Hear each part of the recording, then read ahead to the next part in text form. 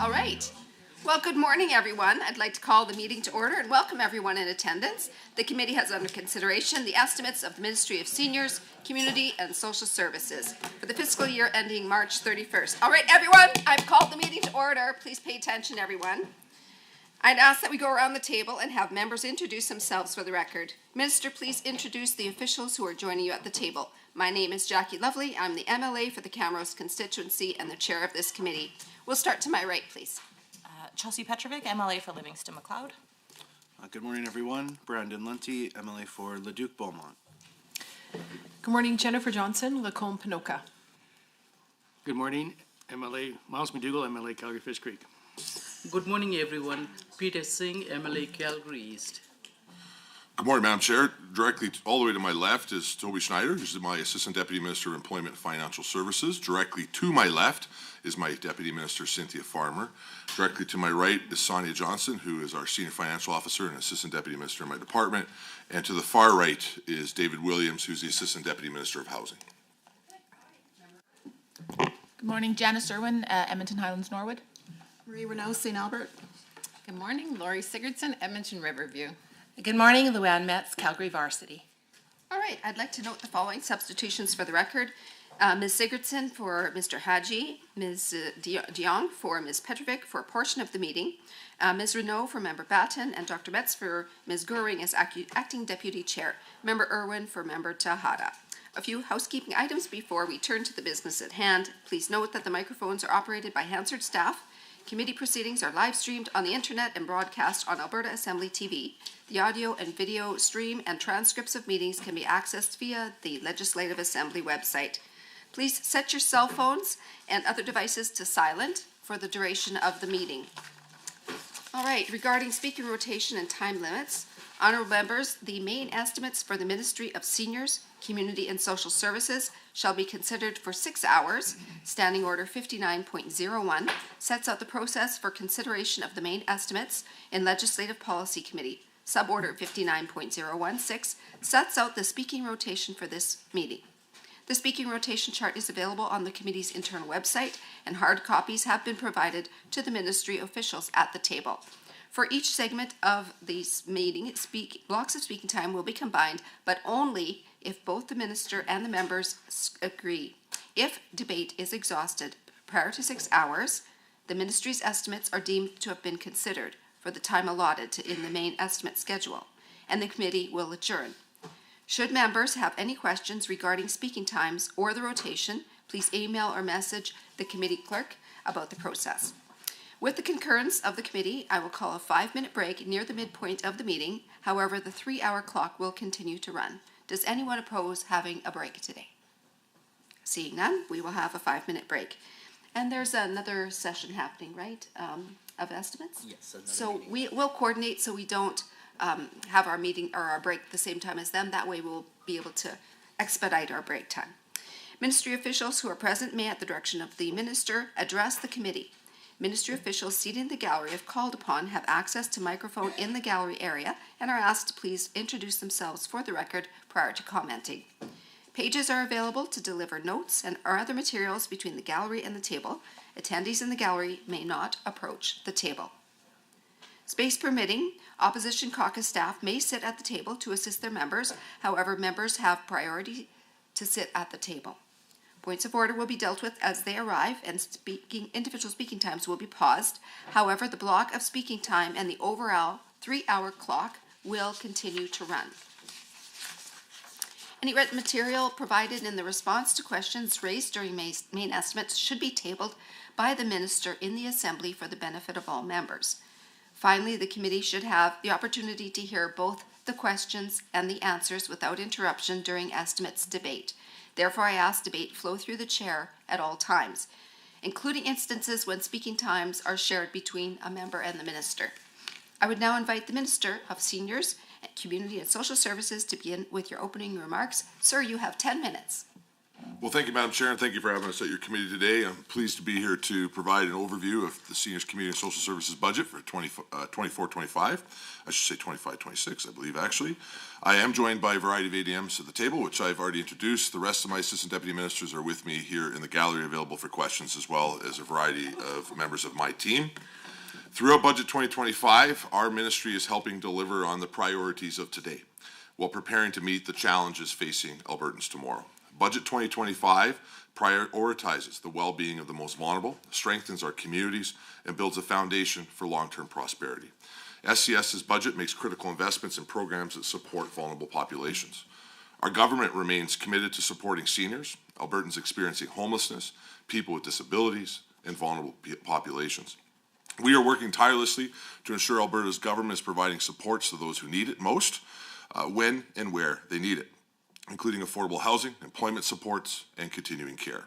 For Seniors, Community and Social Services, Budget 2025 invests $10.6 billion to protect and improve the supports for vulnerable Albertans.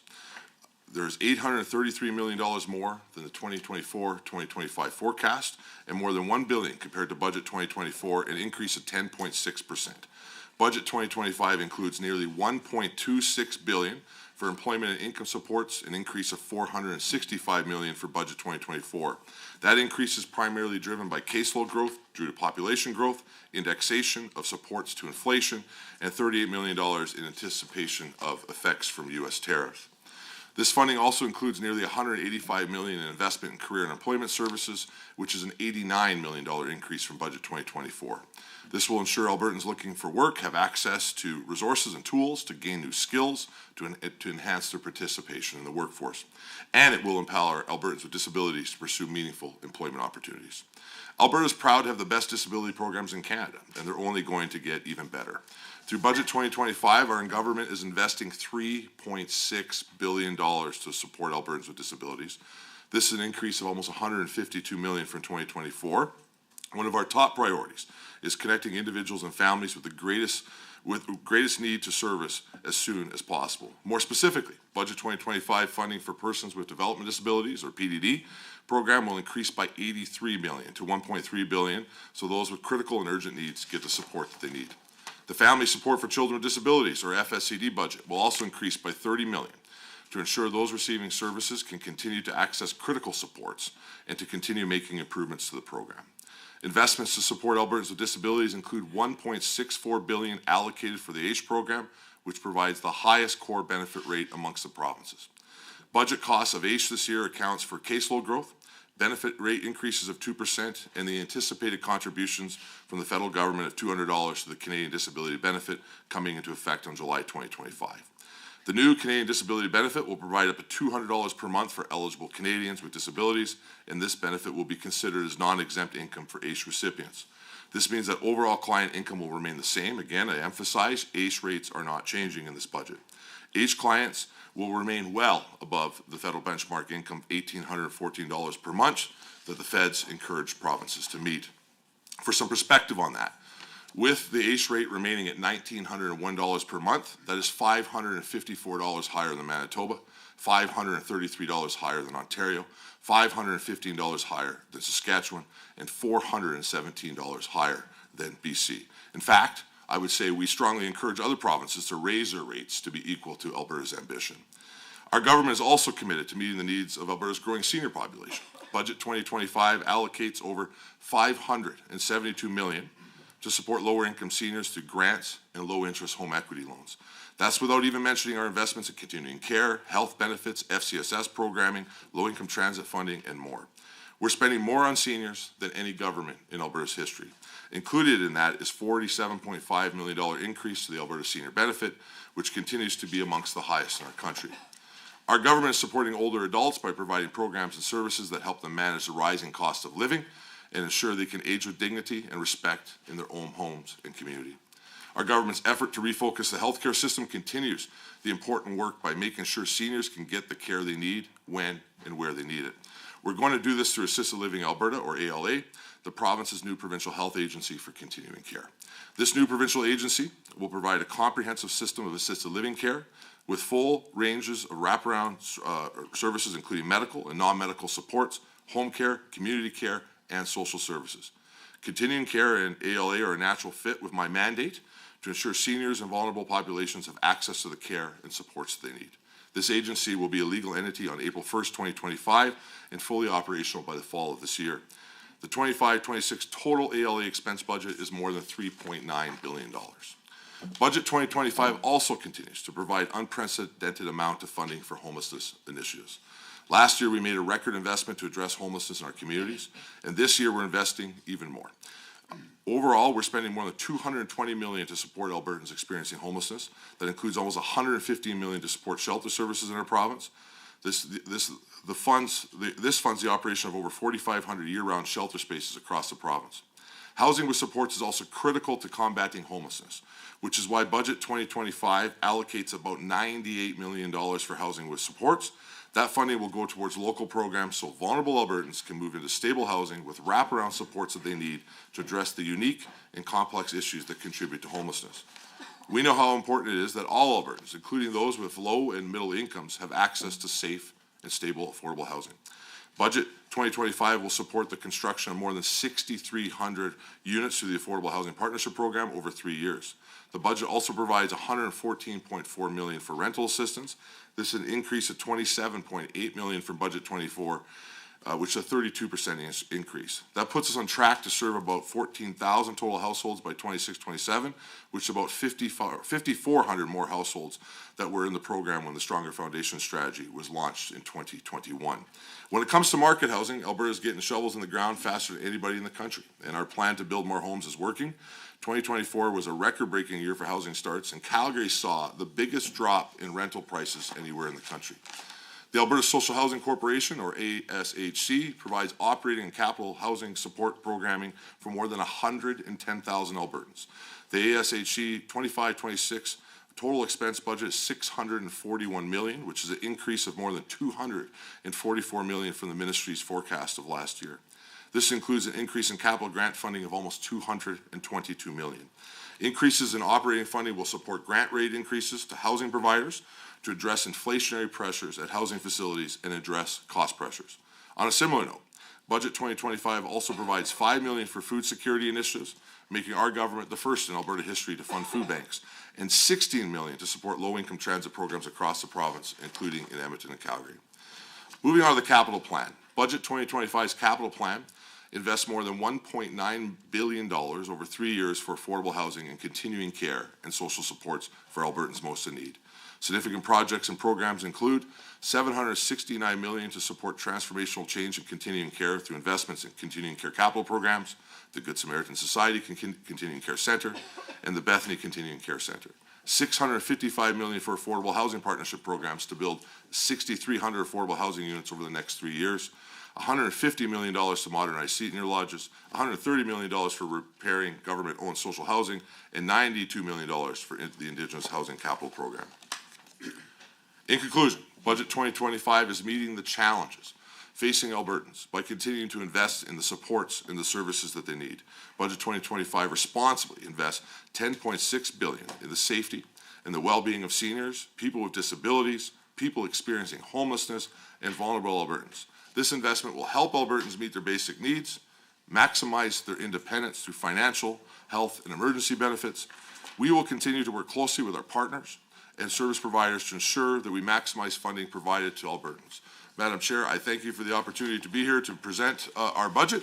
I very much look forward to the honourable member's questions, and we'll be happy to turn it back over to your capable leadership. All right, thank you, Minister. Now we'll begin our question and answer portion of the meeting. For the first 60 minutes, members of the official opposition and the minister may speak. Honourable members, you will be able to see the timer for the speaking block in both the committee room and on Microsoft Teams. All right, so who is starting? All right, so member, would you prefer to share your time or have block time? Block time. Block time, okay. Minister, are you agreeable to block time or would you prefer shared? Well, I prefer shared, but whatever the opposition likes. All right, so we'll go for shared time then. You have... No, it's Sorry, block time. blocked. We're going to do block time. Sorry, just okay. Perfect. So block time. Member, you'll have up to 10 minutes to ask questions and make comments to the minister. Once you've done so, the minister will have up to 10 minutes to respond. So if we're combining the time for block time, I'm sorry, we're gonna go 10, 10, 10, Okay, so 10. I'll read it, so then Yeah. you can choose and be Okay. fully informed. So if you go a share time, the timing is 20 minutes, during which time you can go back and forth with questions and comments and responses. However, neither participant can speak for longer than 10 minutes. Or if you prefer to go the other way, remember, you may speak for up to 10 minutes to ask questions and make comments to the Yes, yep, minister. got it. Okay. We're good. So which one do you prefer? Block time. Block time? Okay. All right, so remember, you have up to 10 minutes to ask Okay, your thanks. questions. Okay, as I said last year, it's unfortunate that I don't see American Sign Language here. It's unfortunate that, you know, the ministry's not through the chair, please. Maybe next year the chair can arrange to have ASL here at this committee meeting, because there are a number of Albertans that require it to understand the proceedings. So before I begin, thank you to the officials and ministry staff for being here and for answering questions. So this ministry, Madam Chair, is about to undertake some massive changes to AISH by detouring some people currently on AISH to this mysterious AISH employment program they call ADAPT. Now, you can refer to this in the ministry's business plan. New AISH applicants will automatically be routed to ADAPT if this ministry deems they're able to work. Now, it's unclear how that's going to happen because we don't have details. They are fundamentally changing the definition of severe disability behind closed doors, and they're withholding information about core benefits. This ministry is wrapping these changes in employment while failing to recognize the Alberta job market is not accessible. So let's talk about the current state of the Alberta economy and job market. Now, competent governments have to make certain economic assumptions to help their planning and create budget estimates like those in front of us.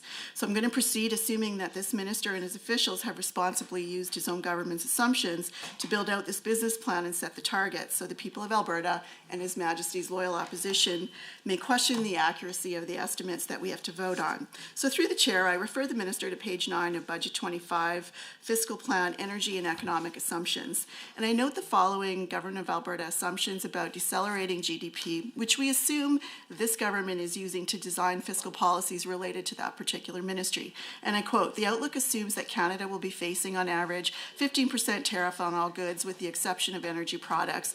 And it goes on to say these measures are expected to dampen Alberta's trajectory of growth. After expanding an estimated 3% last year, Alberta's real GDP is forecast to decelerate.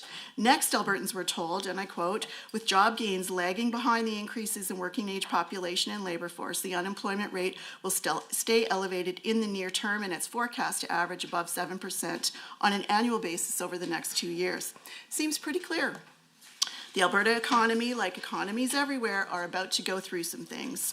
Economic threats to our sovereignty will result in a softening economy, less jobs, more unemployment. That's clear. Now, if you read through Hansard from last year's meeting on March 20th of 2024, the 330 block, you will note that the minister referred me to Public Accounts Committee when I questioned the minister about the inaccessibility of Alberta's job market. Fortunate for him, I got back on PAC and was able to do that. Last ministry up was JET, Jobs, Economy and Trade. Now, the primary function of that ministry is to support businesses, help build a skilled workforce and attract investment, increase trade, promote safe and healthy workplaces and all of those things. Madam Chair, if you need a reference, I refer you to Fiscal Plan 8, page 85. Last month, I asked JET officials, the DM, the ADM, if they'd begun any work at all alongside this ministry to address alarming unemployment rates of Albertans with disabilities, Madam Chair. Excuse me, given please. the Honourable upcoming member, focus. may I just intercede? Please don't bring your point at the minister. Anymore. Unemployment rate of Albertans with disabilities, given the upcoming focus on employment with the creation of ADAPT, which is really AISH employment. Their answer was simply no to all of those questions. No conversations, no adjacent work. We probed further to see if perhaps there were any metrics on things like apprentice seats, specific sector investments for job creation, such as the massive aeronautics investment they made recently, or the airport investment in upgrades, which I assume will include accessibility, small business ownership numbers, startups by disabled Albertans, anything, any metrics at all, Madam Chair, And the answer was no, there's nothing. So I refer you to fiscal plan, page 85, expenses related to JET. There is no data, no metrics on job creation, no outcomes for people with disabilities anywhere. There is no work going on to meet the needs of people with disabilities in terms of employment. Now, Community and Social Services, this ministry, has a long and storied history of funding, and I quote, this is how they call their funding, career and employment services for under and unemployed Albertans, including Albertans with disabilities, so not just Albertans with disabilities. Now, we have no idea if the Government of Alberta investments are increasing employment rate and related reductions in poverty depth for disabled Albertans, because we have no data, no metrics, just funding announcements. Now, I suspect we're going to hear this minister point to a massive new investments in career and employment funding anytime his ministry's record, dismal record, I might add, on employment growth is raised. But let's unpack that. The most recent Seniors Community Social Services Annual Report, and I refer you to page 36, in 2023-24, Seniors Community Social Services invested $93.7 million into career and employment information services. It goes on to explain specifically what that funds. And it goes on to say persons with disabilities, it supports people with disabilities to provide accessible equipment, tools, and strategies to disclose disabilities with employers to gain employment experience. There is nothing in there about got a job, maintained a job, still has a job. So based on this information, we know that a portion of the almost $94 million already invested in employment services for marginalized Albertans, including disabled Albertans, but they don't tell us how much of that $94 million was actually invested in people with disabilities. Now, why is that important, Madam Chair, you might ask? This minister has increased line 2.4 in budget estimates 2025 career and employment services by $89 million. That's what the minister was talking about in his opening statements when he said he was increasing that line by $89 million. How do we know it's even working? Because we have no information on the previous investment. We have no stats, we have no data, we have no idea if this is working. None. But there is a target. If you look in the minister's business plan, there is a target to demonstrate the ministry's effectiveness in helping Albertans get work after receiving the funded supports. And guess what that goal was, Madam Chair? Take a guess. 65%. That is their goal. That's what they aspire to, is 65% success. Now keep in mind, we have no idea which of those 65% successfully employed people with disabilities. We have no idea. So the fact is, this ministry has invested an additional $89 million into career and employment services, a budget line item that at best sees 65% success according to the government's own documents and has no history of data collection or even communication with adjacent ministries. That should alarm everybody. Now, it isn't just people with physical disabilities that are unemployed at significantly higher rates than their non-disabled peers. Once people have used up all their savings, private insurance, settlements, cannot find and sustain work for themselves, they're often forced onto AISH and CPPD.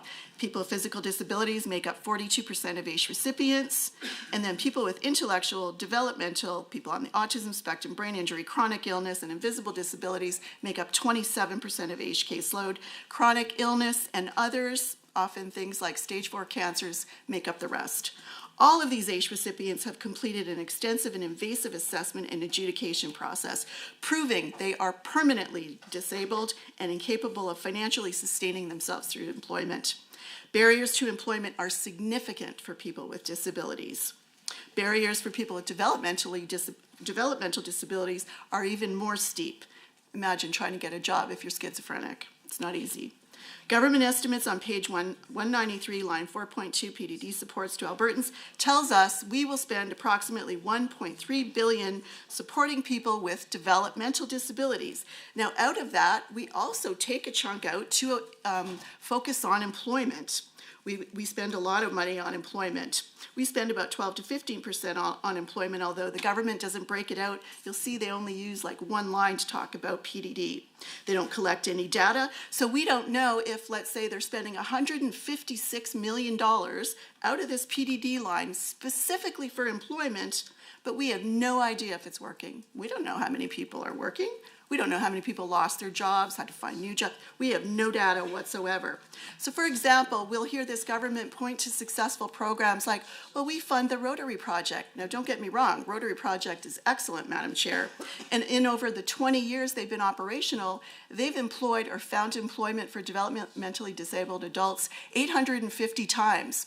Now, if you divide that over 20 years, what's that, like 45 jobs? That's not enough to meet the demand. It's an excellent project, but it's not enough to meet the demand.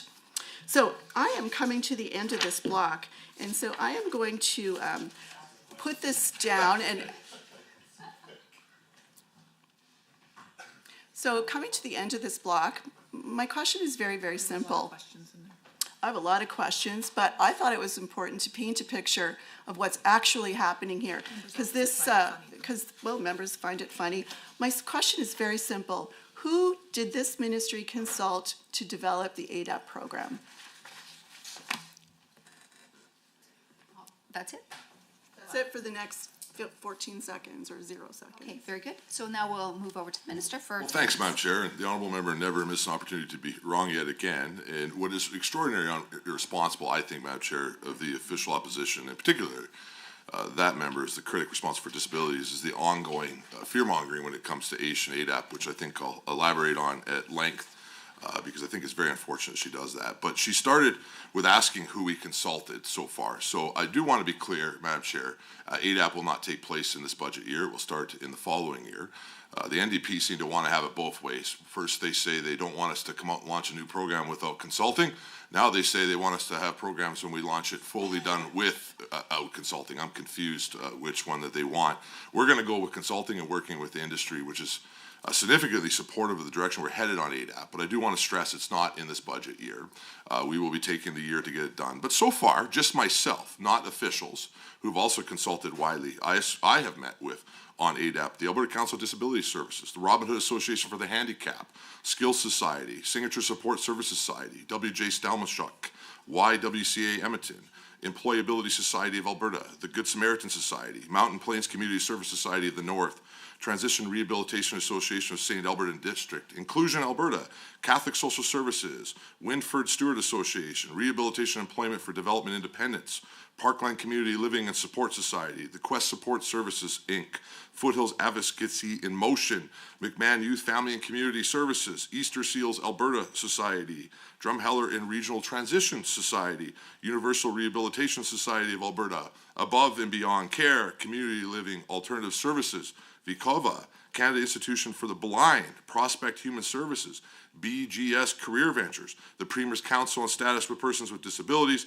of course, Alberta's Advocate for Persons with Disabilities, just to name a few of the people I've consulted with directly and have met with in regards to ADAP, again, which will not take place in this budget year. I do want to start, Madam Chair, by correcting something the honourable member said, which is very much inaccurate. In that AISH would be in any way changing or leaving government. AISH is a statutory program, legislation that has been passed since 1979. I don't want to make you mad at me, Madam Chair. I wasn't even alive in 1979. And it is a program that will remain in this province, and we continue to fund it significantly. It has the highest payments in the country, something that the official opposition seems to forget. I said it in my opening remarks. I think it's worth reiterating that our $1,901 for AISH is $554 higher than Manitoba, $533 higher than Ontario, $515 higher than Saskatchewan, $417 higher than BC. We have the highest payments in the country. We are going to continue to maintain those payments as a priority, and government has made sure to fund it. In fact,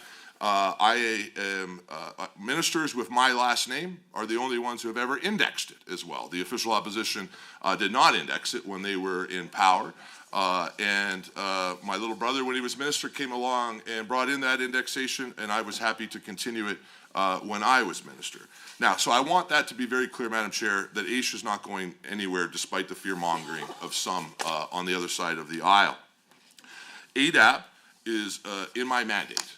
We have a mandate from the Premier to focus on making sure that our disability programs do not disproportionately impact those who are facing disabilities and want to be and can be in the workforce. AISH will continue to be there to care for people that need it. But we are going to go out of our way to create a program that also provides sustainable benefits for individuals, but encourages and allows those individuals without punishing them. Underneath the NDP's programs, people were punished for participating in the workforce, something that we will change as we get ADAP up and running. Now, I do think that one of the greatest examples of why we would do ADAP, and I want to stress again it's not in this budget, is from an email that was sent to the Premier. We get a lot of emails like this, and this is just one example, Madam Chair, of people who are on AISH and what they are asking us to look into. This is an individual who has a commerce degree, and prior to the onset of her disability, was employed as a project manager and an accountant. And there's a quote from her email, and I'm happy to table this in the legislature, is it is not healthy to sit in a room all day and do nothing. It's a waste of resources and brain power. I want to work. I'm capable. I would rather earn my money than be handed it and trapped in a room all day. Please help people feel useful, productive, and proud of themselves. That is what we're going to do with ADAP, Madam Chair, but we are not, and I stress this, going to stop AISH for doing its important work for people who cannot go through meaningful employment of some kind, as this person writing this email can. But what we aren't going to do is the NDP's way of clawing back those poor people's wages when they go to work. We'll make sure that their lives are better. Now, this is also widely supported by advocates, and I know, Madam Chair, unfortunately, the honourable member just the other day, both in a TikTok and in the legislature, was extraordinarily disparaging of this individual. I'm going to quote Alberta's advocate of persons with disabilities, who she referred to as a hostage. This is an individual who faces a significant disability. He's a practicing lawyer and also advocates for the disability community in our province. And she referred to comments like how he looked in different areas like that, which I found very disappointing. The honourable member just said, Madam Chair, not through you, by the way, that that's incorrect, but people can check Hansard and question period from a few days ago because it is correct. But he said, I strongly believe empowering persons with disabilities to reach their full potential, and I also strongly believe that all people deserve to pursue their goals and aspirations without barriers. By creating this program, the province is making it easier for Albertans to find success. ADAP will truly help to improve the quality of life of persons with disabilities, and I look forward to seeing the positive impact of this new program. Or Jacob McGregor, who's also the chair of the Premier's Council for Status of Persons with Disabilities. He's also in a wheelchair and faces disabilities, works in actually political staffing of all things. And he said, today is a tremendous day that has been a long time coming. ADAP means faster access to more appropriate supports and will be a significant step towards making Alberta the most accessible province in Canada. This will encourage participation and connection in our communities while maintaining predictable, vital supports for every Albertan who needs them. We look forward to helping shape this groundbreaking programs in the future. Now, I can go on and on the support for ADAP, but as a result, the fact is it's not in the budget this year because we are taking time to consult to make sure that program is right.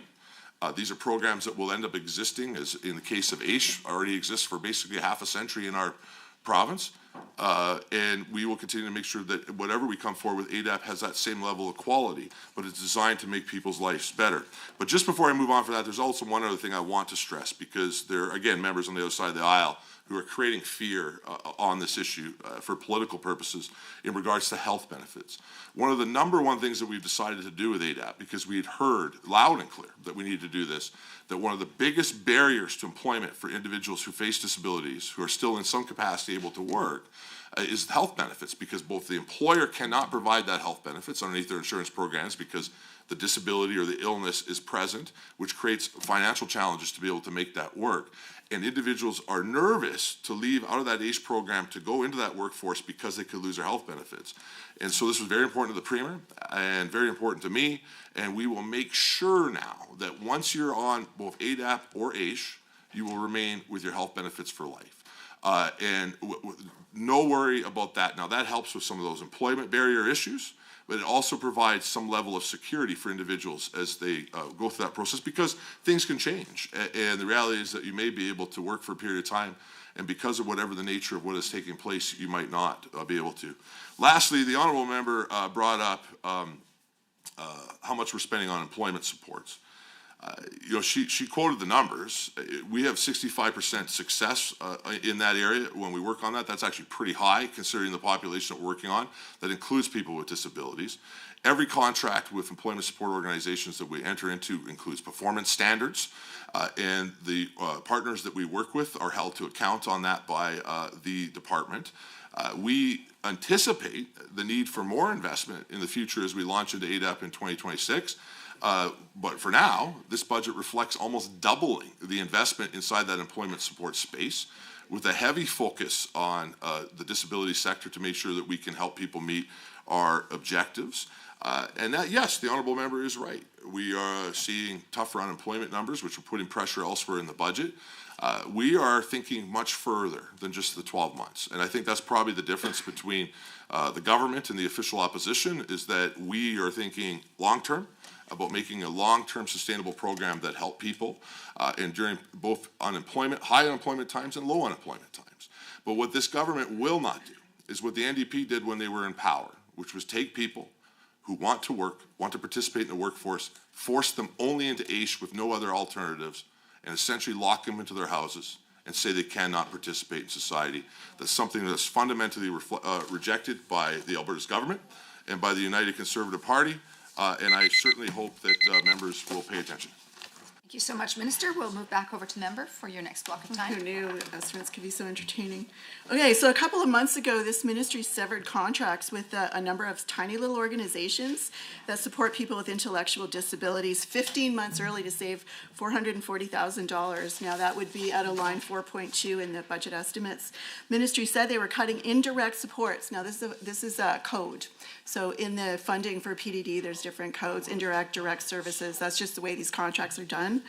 Now, this ministry cut Disability Action Hall in Calgary, Self-Advocate Federation Edmonton, SIPA in Lethbridge, and Inclusion Alberta, which is provincial, citing they were indirect supports, so they're cutting indirect supports, Madam Chair, so they could direct all of the money to direct supports. Makes sense? Now, let me quote Hansard from March 20th, 2024 at 5:20, Families and Communities Consideration of Main Estimates. Mr. Buchanan, ADM for Disability Services, stated, and I quote, "We spend approximately $850 million on direct service, PDD, and another $170 million on indirect supports. Again, that total amount goes out to our service providers in contracts." Here's my question. The ministry severed contracts with some organizations that provide indirect supports to save $440,000 and is not touching $170 million in indirect service contracts with approximately 150 other contractors. Make that make sense. It doesn't make sense, unless the reason that these little contracts were severed, unless there was some other reason these little contracts were severed. I don't know about that. That was my first question, and that was for the self-advocates. My next set of questions and comments are around ADAP, or the Alberta Disability Assistance Program. So, Madam Chair, I'm sure that you would appreciate some clarity. I can guarantee that the New Democrat does not lock people in their homes, nor condone locking people in their homes. Here's the other concern that we have is that, I spent some time outlining the economic conditions that we're all facing as Canadians. And we already knew the job market for people with disabilities, whether it's physical, developmental, or otherwise, is tough. People are unemployed at twice the rate their non-disabled peers are. We know that tough economy, tough job market, and yet this government seems to think it'll all be wonderful when we open this new program. We'll just send people that way, they'll be employed, they won't be locked in their homes, it'll be fabulous. So through the chair, this is not the first time a Conservative government has tried to slash disability supports using the lure of employment. This government is targeting a larger group with even less information than the last time it was done in 2013-14. Now, we saw a two-page meme-like ADAP announcement online February 4th of this year, and this ridiculous announcement was essentially devoid of substance in any kind of consultation process. Now, Madam Chair, the minister stated that ADAP isn't even in this budget. It absolutely is. I point you to page 146. Key objective 2.2 is pretty clear about the creation of the program, and we know the changes are already underway, so it doesn't make sense. And so I refer you to page 146, also a budget ministry business plans that introduces, like I just said, the creation of the ADAP. A program where people with disabilities are required to demonstrate their inability to work because of a permanent or severe disability that are suddenly going to be reassessed by this government for employment, just so that we are all crystal clear about what is happening here. Now, right now, Madam Chair, there are about 10,000 people, there's actually more than 10,000 people, but let's go with 10,000, on AISH that do actually work sporadically. Now, this minister, Madam Chair, in his comments earlier, said that previously, until these changes were introduced, people had no ability to work and retain earnings, and they were trapped in their home, and it was horrible. Well, actually, I don't know if the minister doesn't realize this, but his own program, AISH, actually had the ability, people could work and keep up to $1,100 a month without clawbacks, and that encouraged people to lift themselves out of poverty, and it also encouraged them to go further, and then it would be clawed back based on an equation. It would encourage them to eventually, if they could physically, work more, get off AISH. AISH already had the ability to do that. So for the minister to go over and say, we're introducing this program because we want people to work, is really unclear and not quite accurate. Now, the core amount of ADAP, now, I don't speculate or imagine, Madam Chair, that this government or this ministry is introducing a new benefit program like ADAP or an AISH employment program to spend more money. My guess is that they're looking for some kind of savings. And so it's really kind of odd that this minister has not told disabled Albertans, who likely will be moved to ADAP, what that core amount will be. Will that core amount be less? It's a really simple question. Now, we've already established the Alberta job market isn't accessible, but yet we've not heard a word from this minister about any kind of plans whatsoever to listen to the Premier's Council on Status Persons with Disabilities, or to listen to the Disability Advocate, who have been very clear, some of them for 20 years. I've been around that long. I've heard them talk about it that long, about the need for accessibility legislation to open up pathways to employment. They've been really clear about that. I don't hear anything about that coming from this minister. So we know this new program is going to reroute AISH recipients and future applicants to a core program, a different program. We suspect will have a low core amount, but that will be wrapped and draped in the premise of employment. And which person with a disability does not want to be employed? There are very few, because finding the right job or the right career is actually the goal of many disabled people. There just aren't the pathways, and that's just a reality. So my questions are this. When can Albertans expect accessibility legislation? Very clearly, when can we expect accessibility legislation where, after Prince Edward Island, we're the very last province to have it, and without this framework, we can't establish or identify if our investments into things like career and employment, like this minister boasts about, or the changes to ADAPT, we can't possibly identify if they're actually making positive changes and we're properly spending taxpayer dollars, because we don't have a framework to measure it. We don't know how far we're going. We don't know if we're making advancements. My first question was, when can we expect accessibility legislation? Next, when will we have clarity on the massive AISH changes? And when I say massive, I'm not talking about money. I am talking about a massive foundational shift in AISH, that is the definition of severe disability. Now, this government, this ministry, Madam Chair, is fundamentally changing this program. They made it possible in 2019 by moving the definition of disability out of the legislation, and now they're coming at it. Severe disability, what will it be? We're not going to know, because that's going to be done behind closed doors, likely an order in council of some kind that will enable this ministry to say, you get AISH employment, which is now ADAPT, which is all fine and good if people could work and there were the pathways to successful, sustainable, meaningful employment, but that is not the case, as I've demonstrated to you. Who will be we know who will be consulted on the further changes to ADAPT. Now, the ministry the minister listed a whole long list of service providers, some of whom I know and some of whom I'm pretty sure had no clue this was coming. So we'll publish that list later and double check that that was actually the case. And my next question is, what metrics will be used to evaluate employment rates for disabled Albertans?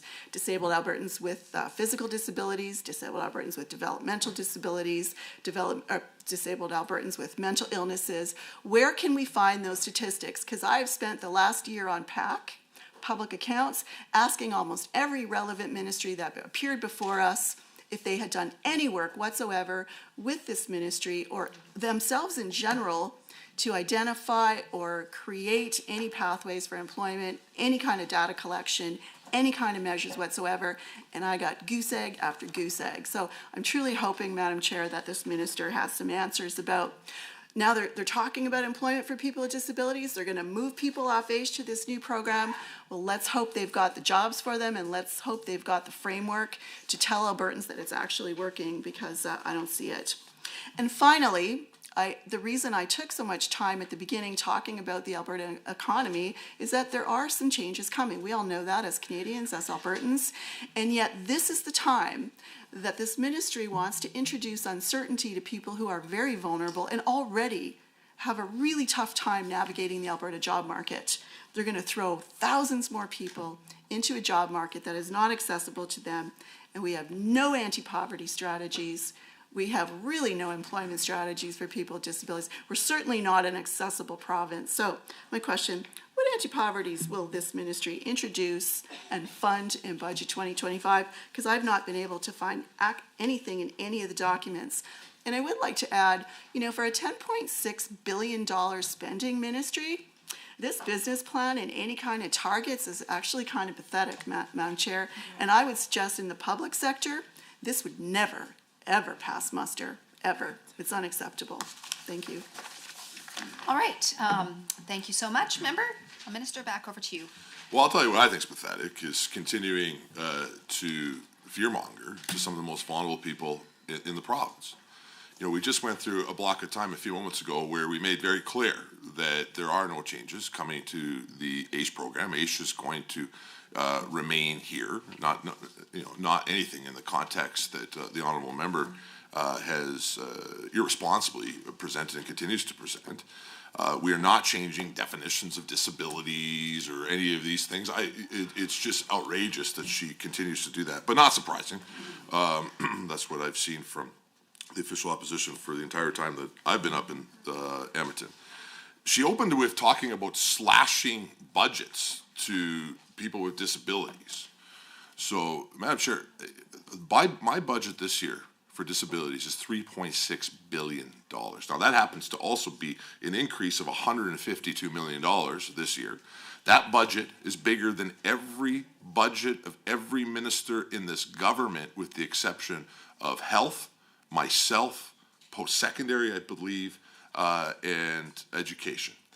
That shows you the extraordinary amount of investment that we put, Alberta taxpayers put into the space. We're going to continue to. The fact that we're increasing it and continue to invest in that space shows the importance that the Alberta government is placing on this issue. So, to be clear, no cuts coming to disability services, just the opposite. Increases to this important area, particularly when it comes to things like employment supports. You know, the member asked about accessibility legislation. This ministry is not responsible for accessibility legislation. Municipal Affairs is the lead on it. I don't know if she had an opportunity to participate in Minister McIver's estimates, which I believe are done, but that would have been a good time to ask the minister about where he is at on accessibility legislation.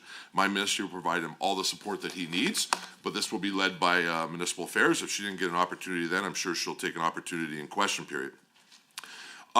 She also asked in her monologue there to say, listen to the Premier's Council of Status of Persons with Disabilities and listen to Alberta's advocate for persons with disabilities. Well, Madam Chair, through you to her, I would say, why don't you do the same then? Take your own advice.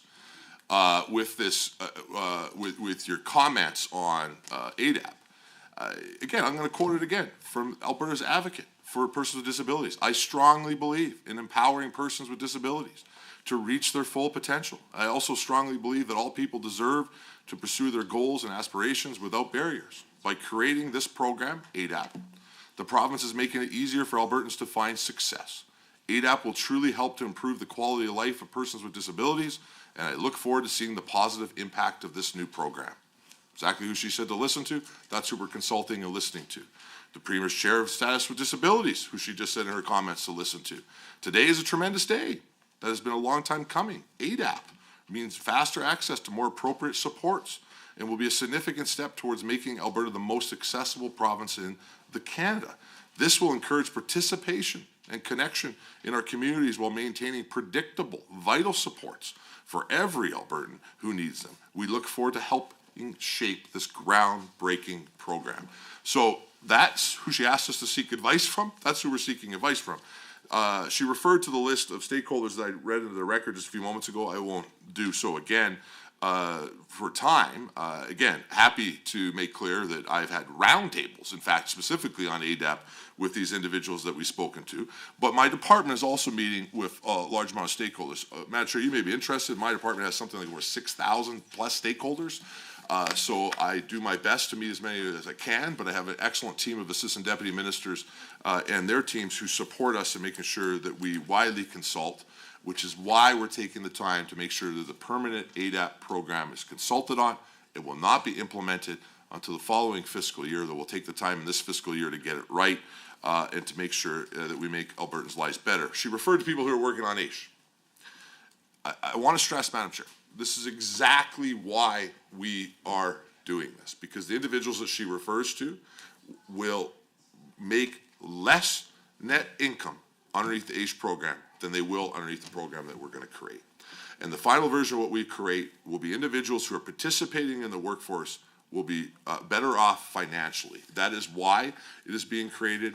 Their health benefits will remain. If they are sitting in a situation where they have a disability that is causing some level of health deterioration, maybe they will eventually have to go back to AISH, but we are not going to stop them from being able to participate in meaningful work, which is what the current program does and what we're going to change. I want to reiterate one other time, though, for anybody who is on AISH, that the program will remain. It is being paid $1,901 this year. It will continue to be increased by the indexation rate set by Treasury Board in the coming years, and individuals should not fear losing their benefits despite what the member continues to say. Now, in regards to adjustments to PDD scope, the member referred to some minor adjustments to contracts for some agencies. For example, Calgary Scope Society, who's one of the agencies that she's referring to, in this budget will receive $28.4 million. There's some adjustments on advocacy to the government. We feel that we're better to invest in direct frontline services to those organizations. PDD is not actually set up to do advocacy funding. It's set up to actually provide services to individuals. That services that they provide are going to continue. Inclusion Alberta is another organization that's been referred to in this context. They're going to receive $5.14 million this year. I'm not sure, Madam Chair. Maybe the honourable member is going to vote against them getting their money in a couple days. We'll have to see. But we continue to fund those organizations for the important work that they do. We are very comfortable with the advocacy structure that we've set up. We would suggest that individuals work through those advocates. Again, I don't want to spend too much time on this today, Madam Chair, but you know, the honourable member has called Alberta's disability advocate a hostage, and it said he looks, quote, like a hostage. I don't even know what that means. But that is the office to do it. We're going to continue to fund that office and support the important work that they do. We're going to continue to fund those PDD organizations and other organizations for the work that they do with the disability community. And I just want to stress the amount of money that is being invested in that area. I should also point out in this budget is $1.24 million that will be budgeted for the Office of the Advocate for the Persons with Disabilities as well. And we are going to continue to do that work. Now, anti-poverty measures, $10.6 billion budget focused primarily on helping people. Let's talk first of all just about income supports, which are hundreds and hundreds of millions of dollars that are caring for tens of thousands of people. Investments in affordable housing, which I listed in my opening comments. And if you don't want to talk about the big number ones, let's talk about stuff like investments inside low-income transit passes. Inside this budget would be $16 million. I don't know, Madam Chair, is the honourable member going to vote against Calgary and Edmonton getting their support for their low-income transit passes? We'll see. It'll be interesting. We've done social sector wage service enhancements as another example. We can list a long list of where we're investing and caring for individuals. But what we need to do is start from a position of fact, not from made-up facts by the official opposition, who starts their segment of questions here in saying that there's cuts to disability investments when the budget itself has a $152 million increase on disability investments aside. Madam Chair, I'm curious, I mean, we can't go back and forth because the official opposition doesn't want to, but whether or not they're going to support that $3.6 billion investment or continue just to make up facts and cite estimates. We also, one other thing I actually should say is there's a $14.2 million increase to staffing in disability services in this budget. We're hiring another 35 additional positions in both FSCD and PDD. We continue to make those investments going forward. I'm trying to see if I missed any other questions the honourable member had. No, I don't think she asked that question. Okay, we work with you in advanced education. Yeah, she can have some of my time back. Thank you, Minister. Honourable member? Well, thank you for that. You know, it'd be really great if the minister, I can write down the questions, Madam Chair, if we can keep track. So there were a couple. Yeah, we can go back and forth next if you like. The question, I mean, there were a few he didn't even answer. But Madam Chair, perhaps he could just be reminded for next block. Wanted to know what was the core amount for ADAPT going to be, or when are we going to find out? What's the plan for accessibility legislation? And other than the rhetoric, I didn't hear any answer about why they call themselves self-advocates. It's not a self-advocacy organization. People with disabilities call themselves self-advocates. They get indirect supports, just like the 170 million to 150 contractors. So my question was, why did the 3 get cut and why do the other ones not get cut? But hopefully we'll get an answer. Anyway, I'm going to shift gears a little bit and talk about family supports for children with disabilities and persons with developmental disabilities. These are the 2 disability programs that actually fund people to hire staff to support them.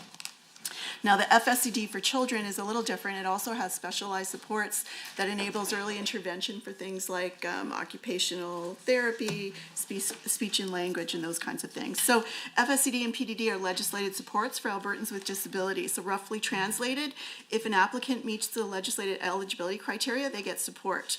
But what has been happening since 2021 is that people are applying for supports, they're being approved for supports in terms of they meet the eligibility criteria, and then nothing happens. So they're hearing messages like, well, you know, you just need to wait for a caseworker. We don't have a caseworker. Or, yeah, we're just in planning. Or we'll get a contract out for you. Or whatever the reason is, what is happening is we're hearing that families some of them are ending up waiting for 3 years, 4 years.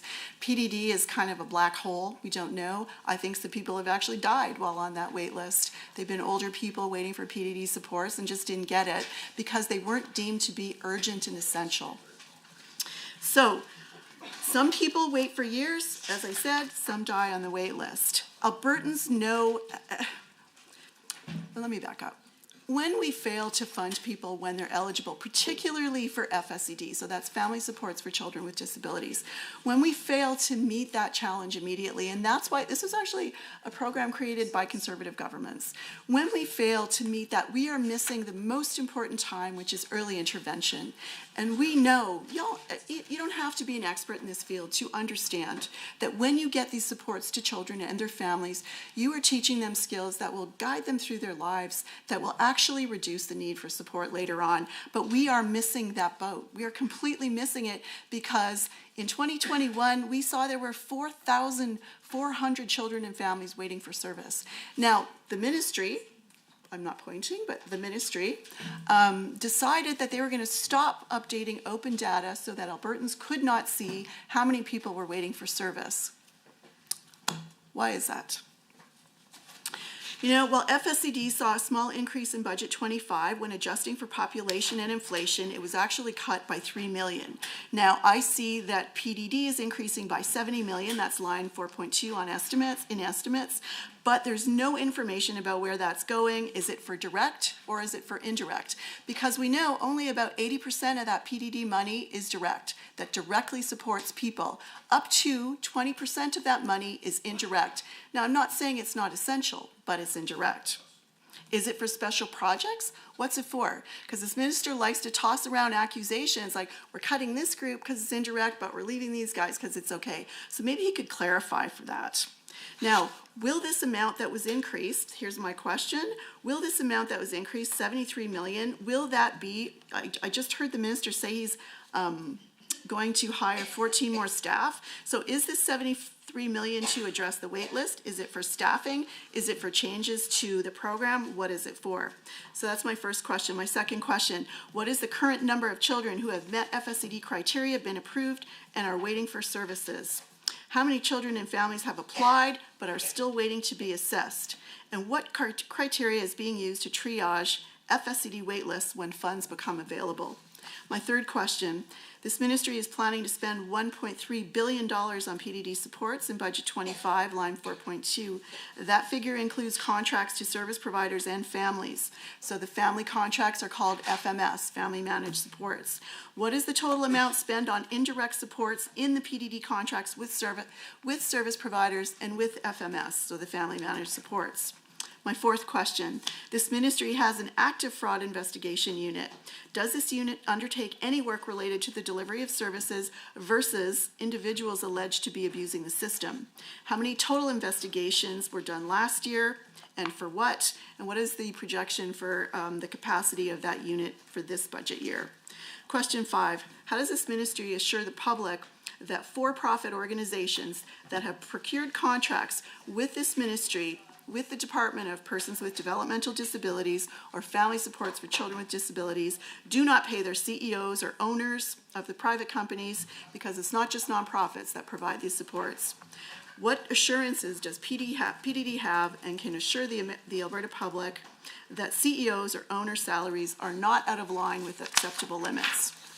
And then finally, my sixth question, I'm seeking clarification on budget 25 estimates on page 193, 4.2, 4.4 respectively. A, what are the estimated annualized costs for FSCD and PDD? B, what is the net projected family and individual uptake for FSCD and PDD respectively? C, what is the average FSCD agreement cost? So that would be the procured contract, and that is per child or per family. And D, what is the average PDD individual cost? Again, that is not per service provider, that is per individual. I know they're grouped together sometimes for service providers, but I am looking for the average annual cost for the individual, whether it's delivered through family managed supports or through a service provider. So hopefully the minister will remember those questions and come back to them. Now, in addition to those, I have a couple of other questions with 3 minutes remaining that I'd like to add to the list. You know, the minister, this is like I think the third time I've heard him sort of go on about, I should speak to, Madam Chair, I should talk to the Minister of Municipal Affairs about accessibility legislation. Well, let me provide some clarity, Madam Chair. Maybe you didn't know that building codes and building guides and standards, those are all really great things that we have, and those are things that are updated provincially and federally on a regular basis, but they're guidelines. There is no consequence for not meeting them. Now, there are safety standards. Those are a little bit more in terms of consequences, but those are a piece, a teeny little piece that address a built environment within a larger piece of accessibility legislation that looks at all areas of life. So built environment is certainly a very important piece of accessibility legislation, but it's not everything. So going back to the disability advocate and the Premier's Council and the Status People with Disabilities who've been saying this for 20 plus years, the province of Alberta, just like all other provinces in Canada, needs accessibility legislation, not just to deal with the built environment and barriers in the built environment, which would open up employment for people with disabilities, but we need accessibility legislation in all areas, which include procurement, communication and information technology, so that we would automatically, let's say, have ASL here at this committee meeting, or live transcription when we need it, or that during an emergency we wouldn't have to sort of scramble and find ASL, because it would just be a natural thing that we do. We assume that all Albertans, no matter how they communicate, have the right to understand information. That's what accessibility legislation does. It begins the work, and likely it will take more than a decade to do this work. The vision is barrier-free by 2040 or 2050. It takes a lot of work, but you have to start. And it's worrying, Madam Chair, that in this budget, I don't see anything at all, although we know the Premier's Council and we know the Disability Advocate, going back years, have been crystal clear that we need to catch up to the rest of Canada and have this legislation. So here's my other question. So now we know that there's a lot of changes going on with AISH to create a DAP. I mean, you'd have to sort of live in a hole not to realize that you can't create this new ADAPT program without making significant changes to AISH. So my question is this.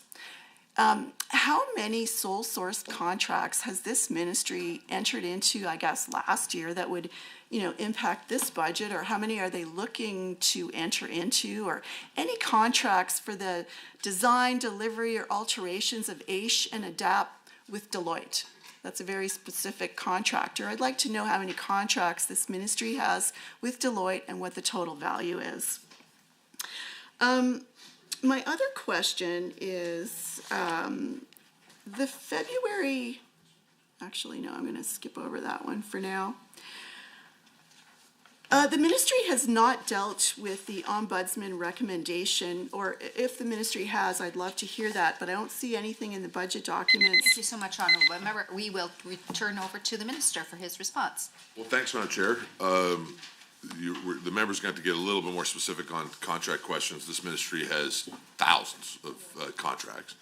I think what she said is that she was asking whether or not Deloitte has a contract with AISH in regards to AISH, Madam Chair. And if not, she can clarify afterwards. But I'm not aware of Deloitte. I'm just looking to my Assistant Deputy Minister of having a contract in regards to AISH. No. So the answer is no. She also asked, Madam Chair, I believe, about breakdown of direct services versus indirect services. I think that's what her question was. I can give you broke down by zone. The north zone is for FSCD and PDD contracts.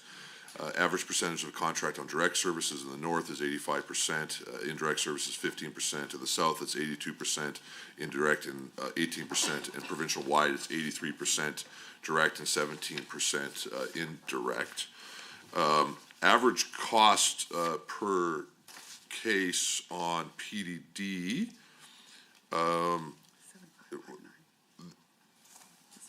yes, $7,559. Average cost on FSCD, $1,146. And so there you go. There's the answer to that question. Now, there was some comments made, Madam Chair, about workforce. So I would draw the committee's attention to the WAM requirements in the space. For those of you who may not know what WAM is, it's a workload assessment model that's used in government to determine staffing for these type of scenarios. In PDD, the WAM benchmarks are 90 to 105, right, Deputy, if I got this right? Our caseload is 50,130. 13, sorry. That would require us under WAM requirements to have 130 to 152 staff. We currently have 146 staff in this space right inside the WAM requirements range. On FSCD, it's the same benchmark as PDD. So again, 90 to 105. Caseload in that space is 16,910. That position requirement, it would be 177 to 207 positions. We have 193. So again, well within WAM. In fact, on the high end of it, and the deputy does inform me she's also working on hiring some staff in that space in this budget, but to maintain that level. So well within WAM requirements, which I think is important to note. There was a lot of questions about PDD. I think a lot of people who don't spend a lot of time near this file may not be as aware of the significant investment that the Alberta government puts into PDD and should put into PDD. This budget will deliver $1.3 billion in funding for persons with development disabilities in that PDD program. That's an increase this year of $83 million. That increase, the member asked, is due to growth, expected growth in caseload, as well as the enhancement of services, so cost per case. We're expecting a caseload increase in this space from 13,815 to 4,355, and the cost per case is expected to increase this fiscal year from 7,414 to 7,559. which again can be attributed to increasing complexity of needs within the space, which is what most of that $83 million is slated for inside the budget. FSCD numbers was asked about as well. Again, you got your total costs on FSCD here, sorry? The total cost on FSCD. Yeah.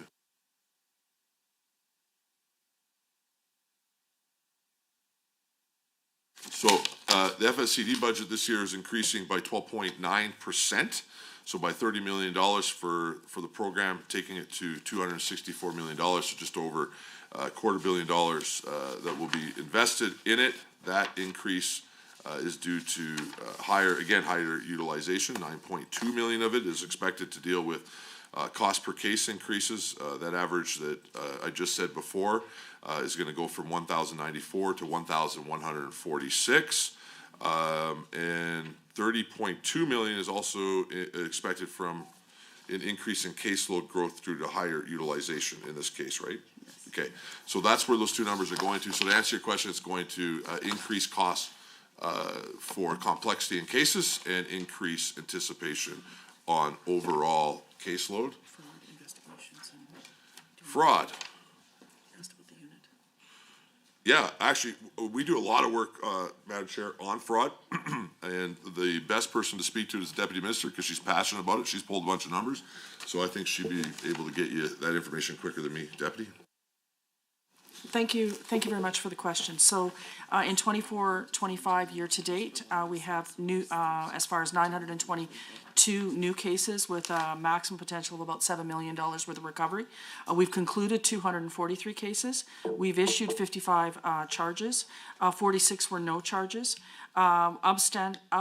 Substantiated, sorry about that, as far as cases 46, overpayment 93, convictions 17.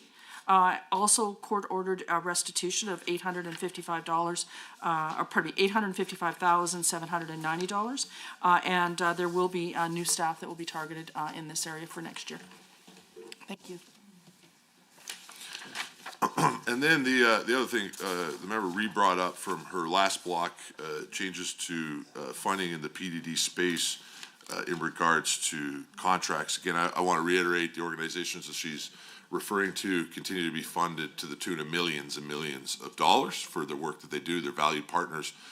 She's shaking her head no, but I mean, Inclusion Alberta, over $5 million this year. Scope, for example, which is another organization there, I think that's getting close to $30 million. One of my officials could re-pull that so we can confirm the number for the honorable member. Our government, again, focused on getting resources to the front lines. We are investing in advocacy funding, again, through things like the Disability Advocate, the Premier's Council on Disabilities, which, Madam Chair, I know you participate in regularly and are a member of, I should say, and understand the value of that. But again, I just want to reiterate, Inclusion Alberta is going to receive $5.14 million, and Calgary Scope Society will receive $28.433 million for the work that they're doing. There's been minor adjustments to the focus on where our advocacy money will go, and to be able to make sure that resources are brought to the right spot. All this, again, part of a pretty significant investment in this budget when it comes to helping people with disabilities. It's top priority of the department. $3.6 billion is going to go into it again this year. $152 million increase from last year. An increase of $83 million for persons with development disabilities, taking that program to $1.3 billion. An increase of $30 million for family support for children with disabilities, taking that program to $264 billion. We've made no funding cuts to direct services for Albertans with disabilities. We continue to increase funding. There's been no reduction in department employees for FSCD or PDD. Budget 2025 actually includes a $14.2 million increase to staffing in disability services. We are currently working to hire another 35 additional positions, including FSCD and PDD caseworkers and support staff, though we are well within our WAM requirements, and the department will continue to keep us within those requirements. Correct, Deputy? Yes. And we are continuing to move forward with that level of investment in a very important area. I think we've got all the questions. Right. Thank you so much, Minister. Over to you, member. Another block. Okay, so you didn't answer the, well, Madam Chair, with the question, what are the waitlist numbers for FSCD and PDD? Pretty simple question. Procurement piece. Pardon me? Procurement Deloitte. And I'd also like to know how many contracts the Ministry of Seniors Community Social Services has with Deloitte. That was the question. Those 3 questions. Waitlist for FSCD, waitlist for PDD. And so for FSCD, how many on the waitlist been approved? How many are waiting to get assessed to be approved? How many are on the PDD waitlist right now? And how many contracts does this government have with Deloitte? I think that was the whole minute, Madam Chair. Yeah. Minister, yes, Minister? Oh, we'll wait till their block's done. Happy to wait to the rest of the block. 2 No contracts. problem. Alrighty. Another question. You know, we didn't, I asked in multiple different ways, what metrics will be used to evaluate employment rates for disabled Albertans? So this can be, you know, as I spent time outlining for the minister, there are a number of different areas. There's over 1 million disabled Albertans right now. It's probably higher than 1 million. I've seen the government estimates as high as like over 25% of the population at some point has a disability. So it's in our best interest to have metrics to know, are we opening these pathways for people with developmental disabilities, intellectual disabilities, physical disabilities, mental illness? What metrics are we using to know that our investments are having an impact and that we're improving the Alberta job market for people with disabilities? And with that, I will wind down my time to 1. All right, thank you so much, Honourable Member. We will now move to 20 minutes for Government Caucus members and the Minister. Now, Member Lunty, are you up first? Do you prefer shared or block time with the Minister? Oh, thank you, Madam Chair. I will do shared time if it's agreeable to the Minister. Minister, what's your preference? Shared, okay. So the block of shared time is 20 minutes, during which time you may go back and forth with questions, comments, and responses. However, neither participant may speak longer than 10 minutes at a time. Please proceed. All right, great. Well, thank you again, Madam Chair. Thank you, Minister, and your team for joining us here. I certainly know firsthand how hard your department works and your staff. I'm, of course, remain friends with many people that I used to work with, and I know that they're very committed, and they do their best every day to work hard and support you. So I've always taken the opportunity to thank staff for every minister that comes here, and I certainly want to reiterate that today. So I am going to start with some questions on the homelessness initiatives, specifically the navigation and support centers that we've seen in Edmonton in particular. These particular investments, this initiative, it means a lot to my constituents. I'm often been heard to say that I'm a proud Capital Region MLA, and many of my constituents in Leduc-Beaumont, of course, will come into the city for work or recreation. So I think this is a very relevant set of questions for my constituents. And you know, it's important to understand on these navigation centers, first and foremost, of course, is providing supports to the individuals. That's extremely important. It's certainly a very worthwhile cause to maximize our ability to help those individuals.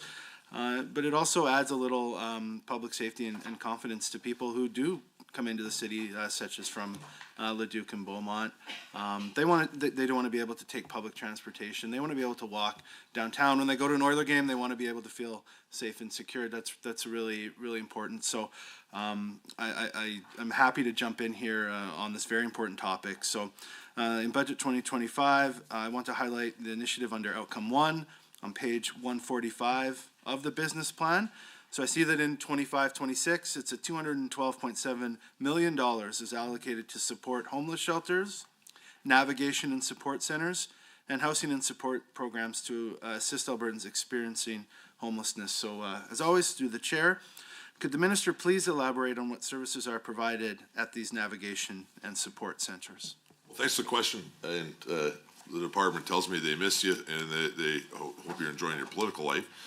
I also have to say, Madam Chair, that the honourable member has done a lot of work helping us with the transition on assisted living in Alberta. He's the co-chair of the transition committee and doing a great job there. So I appreciate his questions today. The navigation centers provide a lot of services, but some of the big highlights of and the most used services would be first off, ID, which continues to be one of the largest challenges for individuals who are facing homelessness to be able to access other services. So it's critical that we handle that. Connection to employments and financial support, connection to housing and shelter providers, connection to health supports, connection to mental health and addiction services as some examples. And the numbers that we're seeing both in Edmonton and Calgary that have connected to these services through the navigation centers are significant.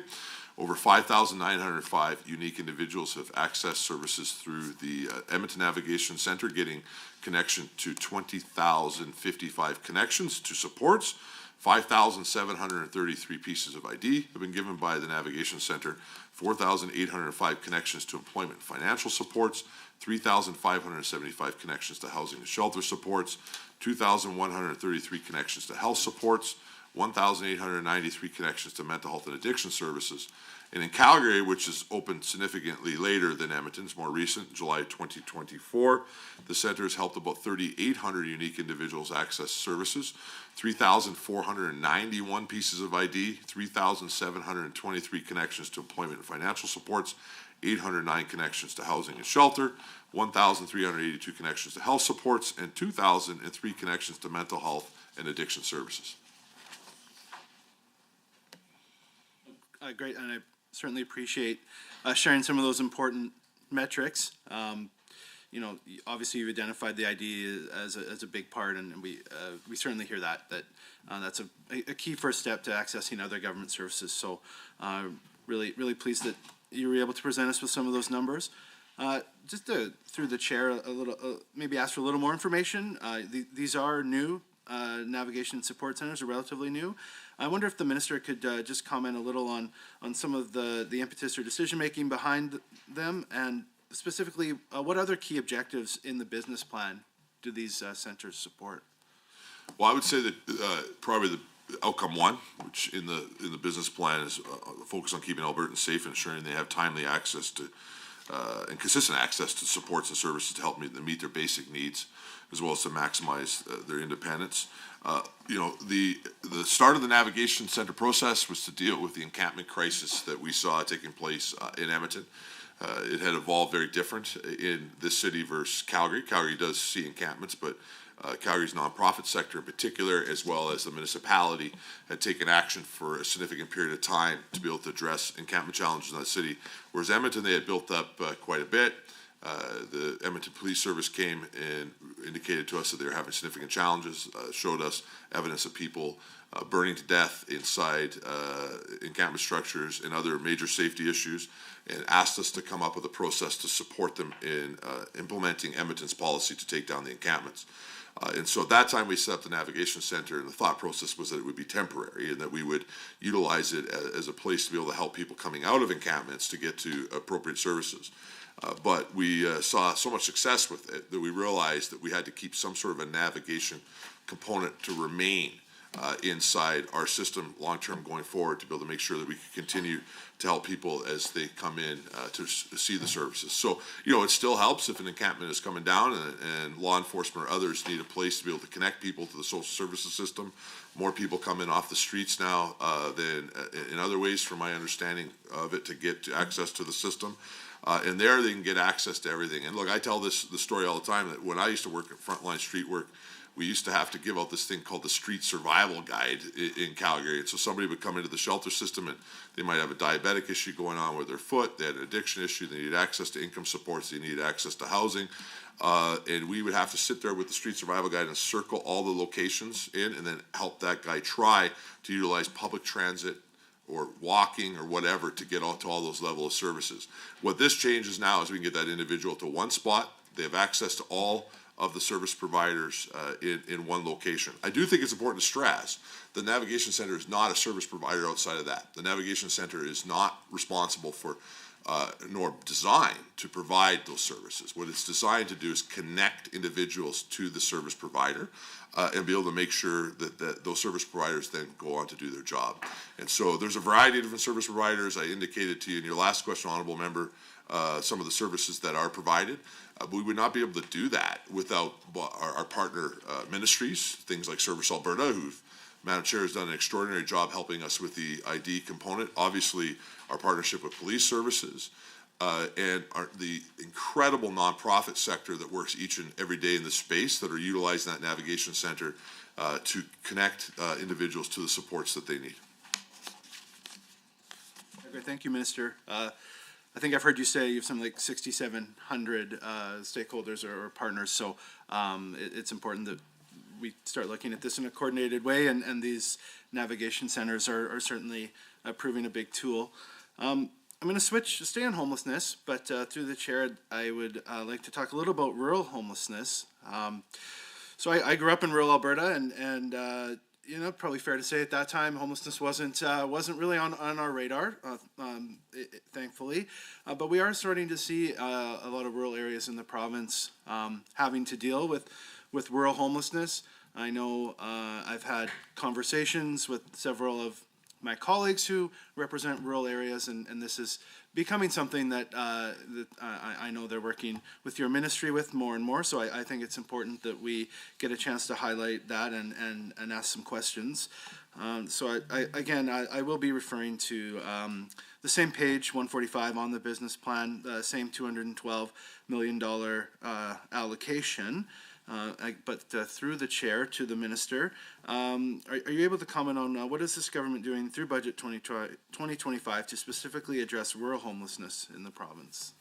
Yeah, the rural homelessness situation has changed. Like you, I grew up in the city, in fact in a homeless shelter, though I was not homeless.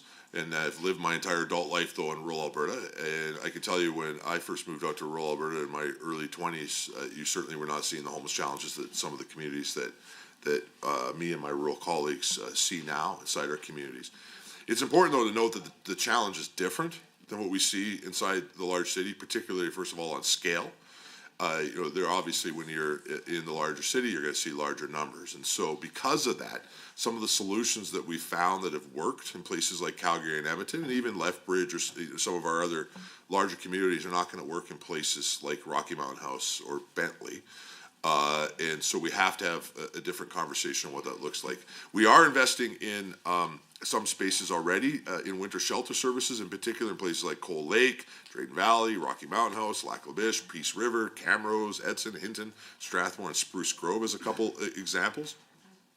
But we've had to recognize that I think what we've accomplished in the last couple of years was to complete what the feedback that we got back during different task forces and committees on homelessness over the last couple of years. We've implemented those measures in the largest cities, things like 24-hour days, 7-day-a-week shelters, things like Indigenous supported shelters or women-only shelter spaces, some of those key components that we heard back. And so just before Christmas, I announced that MLA Wright will be co-chairing with Robin James, who is the CEO of Lethbridge Housing Authority, a great partner of the ministry, and they will be working with Jen Anderson, our Assistant Deputy Minister, who's in charge of homelessness and preventative services, to have the latest round of consultation on this issue. And one of the focuses will be, not the only focus, but one of the focuses will be is how we meet some of these rural challenges that we're seeing in places like Ponoka and Wetaskiwin and Rocky Mountain House. I think that you'll see some of the measures that we've used in the largest city used there. But we, obviously can't roll into Ponoka and build huge homeless shelters. It just won't make sense, one, for the community. And it's not a good investment as far as scale. And so much of our focus has to be on partnering with some of the existing infrastructure in those communities, making sure that we're getting targeted funding to help those areas, and that we're bringing a rural approach to this challenge. I will say that as we get to rural communities like I represent and call home, the work that we've done in Calgary, Edmonton, and Lethbridge on Indigenous partnerships in this space is going to be absolutely critical as we work through communities like where I live. We're pretty excited about what's taking place in Lethbridge, for example, with our partnership with the Blackfoot Confederacy, their Department of Health, who's running our Lethbridge shelters, doing an incredible job down in that area. Enoch, who's going through work here in the city of Edmonton, It's going to be critical, particularly when you get places like Rocky Mountain House, one of my communities that has 5 reserves just outside of town. We can't move forward on this in a meaningful way without great partnerships with the nations. And they've stood up to the plate every time that we've asked them, and so I think you'll see some of those measures come in place. And you asked also how people can participate and get supports to rural. I continue to really encourage rural members as well as their municipal councils to participate in that process that's being led by Justin Wright and Robin to make sure that we're getting that feedback so that we can come out with a very good plan in the next couple of months that's very focused on the unique needs of rural Alberta. Yeah, great, thank you, Mr. Certainly look forward to MLA Wright's committee and his work. And with that, Madam Chair, I would like to cede my time to Member Singh. Thank you, Madam Chair, and I will request shared time if it's okay with the Minister. Absolutely. And thank you, Honourable Member, for ceding your time to me and having the discussion around the homelessness at a great length. And my questions are similar there. And again, good morning, Minister, and appreciate you for coming here today. And thank you for your initiatives in the ministry. It provides stability for vulnerable Albertans through the delivery of high-quality social supports, programs, and continuing care to eligible individuals. And my questions are on similar line of homelessness, but this time is discussing more about Indigenous homelessness. And I think it is important to highlight Indigenous homelessness. And I look at how budget 2025 is working to address this. And on page 144 and 145 of the business plan talk about ensuring better access to services for Indigenous people. And I also see mention an expert panel that will guide this work in the long term. And could the Minister please provide more information on how many Indigenous-led shelter spaces are available in the province and where they are located? Well, thanks, Madam Chair, to the Honourable Member for the excellent question and for his participation today in our budget. He is correct. The Indigenous-led shelter spaces is a very critical part of our plan to address homelessness in the province, and something that I think we're very proud of, our relationship that we've built with Indigenous leaders in this space. And I have to say, the chiefs have been very clear that they want to be at the table with us during this process, and that they want to help lead some of the solutions that we need to see take place in the space. To answer a specific question, Madam Chair, there's 280 overnight spaces in Indigenous-led shelters currently. We also, though, have Indigenous supports, which I think I'll talk about a little bit more in anticipation of a follow-up question, in places like the Navigation Center and in other areas. But again, we think we need a variety of different types of shelter, and we need to partner with a variety of different types of organizations, including different First Nation communities, to be able to make sure that we can get targeted supports to individuals that need it. People that face homelessness come from all walks of life, and will have different needs and different challenges that have to be overcome to be able to get to long-term success. And one of the critical components of that is obviously the Indigenous community, which is disproportionately represented by population in the homeless situations, and why we think that we need to continue to invest in this important space. Thanks for the answer, Minister. And what organization has the ministry partnered with to provide Indigenous-led and culturally appropriate support and services? Yeah, we got a couple of real key partners already, and we're expanding. First off, in Edmonton, we got Nignad Housing Ventures and Enoch, who's also two separate nations who are providing services right here in Edmonton. In Lethbridge, as I mentioned earlier, we're working with the Blood Tribe Department of Health as well. We have work taking place with the Elders Care Shelter up in Grand Prairie. Our navigation centers, both in Calgary and Edmonton, have Indigenous supports and cultural supports in both of those navigation centers that are helping with the team that's doing the important navigation work. We're also partnering with Brent Arrow Traditional Housing Society in Edmonton, Calgary Aboriginal Friendship Center, as well, to deliver services in those navigation centers. In 25-26, we'll begin also working directly with housing support service providers, including Indigenous-led program providers. Those agreements that support people experiencing homelessness to maintain stable housing are in process of being finalized.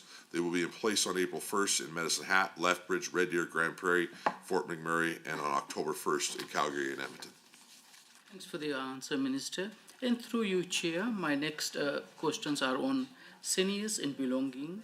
And outcome 2 on page number 146 of the business plan states, Albertans can participate in community life through employment, volunteerism, and other opportunities that foster well-being and resiliency. Performance metric 2B on page number 147 tracks seniors' sense of belonging to a local community. And I see in 2023, 70% reported a positive sense of belonging to their local community. And can the Minister please explain how the Ministry is helping foster seniors' sense of belonging in their local communities through Budget 2025? Well, thanks, Madam Chair, again for that question. A couple quick examples of the time that we got left. We're investing $6 million in non-medical home supports and social prescribing initiatives, which will hopefully help seniors remain active, engaged, and connected within their communities. We're also providing $200,000 in funding for accessible transportation, which also enables seniors to attend events and community celebrations, places of worship, and senior centers, allowing them to stay involved with and connected within their communities, which is important. We're also actively fostering seniors' sense of belonging through programs that promote social engagement, recognition, and community support. Seniors Week takes place annually during the first week of June to recognize and celebrate seniors' contributions to their communities. We have Age-Friendly Alberta Recognition Awards, which recognize community enhancement senior infrastructure, services, and accessibility. And then the Minister's Senior Service Awards also recognize individuals, organizations, and businesses that are dedicated to supporting seniors, which I will take a moment to let everybody know that nominations are currently open, and I do encourage all of you to submit some nominations on behalf of important organizations and seniors in your communities for this initiative. And thank you, Minister, here for your answers. And I really appreciate the Ministry's efforts on initiatives that focus to resolve issues on Indigenous. Thank you so much, Honourable Member. Now, just to advise everyone, the other team is having their break right now. So perhaps what we could do is after this next segment of time, we can have our break and then there won't be a crowd in the area. So, Member, do you prefer blocked or shared time? Let's do block. Okay, please proceed. Thank you. Thank you to the Chair, thank you to the Minister. I obviously want to acknowledge the importance of these estimates because we're talking about money that flows to some of our most vulnerable neighbours in our province. So thank you to the Ministry staff for being here. But I most definitely want to shout out folks on the front lines who are working in a very tough environment. And so I'm thinking about housing workers, harm reduction workers, street outreach teams, those folks that are doing the hard work out there. So I want to start by speaking about homelessness, which is, of course, an incredibly pressing issue in our province and in the communities that I represent. So the UCP, they've been underfunding housing in Alberta since they became government. Homelessness has tripled in Edmonton under the UCP, yet Budget 2025 cuts homelessness supports. In his recent March 11th press conference, the minister stated that last year his ministry made the biggest investment in homelessness supports in Alberta's history at $220 million and are planning to spend more this year. And in fact, he noted earlier that his spending is unprecedented. But we can see, little fact checking on the minister, we can see quite clearly in the budget documents on page 80 of the fiscal plan that this is not true and the government is forecast to spend less. So the money is actually decreasing. So my first question to the minister will be, why is he saying that SCSS will be spending more on homelessness supports when we actually see spending going from $224 million to 220 and then further cut to $216 million the following 2 years? And we can see those numbers broken down in estimates on page 193.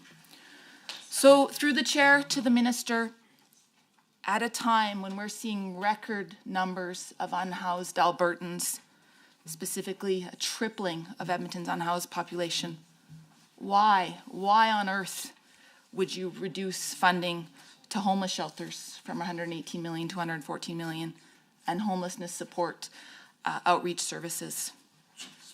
What service reductions are going to occur as a result of these cuts? Where will there be shelter space reductions? Given that we've regularly seen shelter capacity, especially in the winter, over 90% throughout the province, why would this minister budget less for shelters in Alberta in the coming year? I'd ask the minister to explain that. The latest data we have from the by name list shows over 5,000 folks experiencing homelessness in Edmonton. That's a number higher than ever before. And of course, these aren't just numbers, these are humans who matter. So it's absurd that this government wouldn't be doing all that they can to address and to tackle homelessness. Why would there be a cut? Can the minister outline as well, we see a $4 million increase in program planning, and that's on page 193 of the estimates document.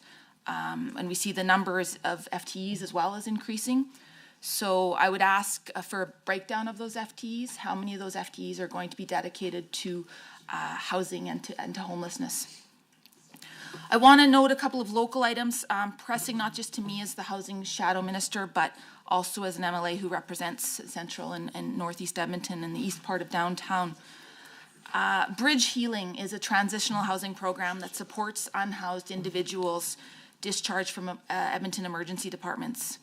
It offers wraparound supports, the type referenced by this ministry on page 143 of the business plan. The government's own evaluation shows that Bridge Healing works, yet the program was set to be cut last week. This is a program that saves money and it saves lives. I did call the minister out on this on social media and he reversed course. I'm happy to see that. I'm happy to see that he did the right thing. But why was that decision made in the first place? One thing that I'm positive about is investments in Indigenous-led housing, which we've heard the members opposite talk about as well, and we can agree on that. And I too would like to give shout-outs to some of the organizations doing incredible work in my riding and beyond, like Niganan Housing that operates Pamatsawin in my riding, as well as Ambrose Place, again, programs that we know work. Enoch as well, which is operating out of the old Coliseum Inn in my riding. We know that these spaces are just, they're doing incredible work for community members. And so I would ask the minister, when he knows that these programs are saving money and saving lives and uplifting our entire community, is he planning to expand those Indigenous-led housing projects? And if so, to what amount, and will he be looking across the province? Thank you so much, member. We'll move over now to the minister for his response. Well, thank you. We'll start with another member who never missed an opportunity to be wrong. There is not cuts to the overall homeless number. She's probably having a little bit of challenge reading the budget, so we'll help her out with that. Point of order's been called. There's no need for this minister, this is under 23 HIJ, to question my intellect or to be condescending towards me. I was very polite to the minister, and so were my colleagues, and so I would ask that the minister withdraw and apologize those remarks. Thank you. Government side, please.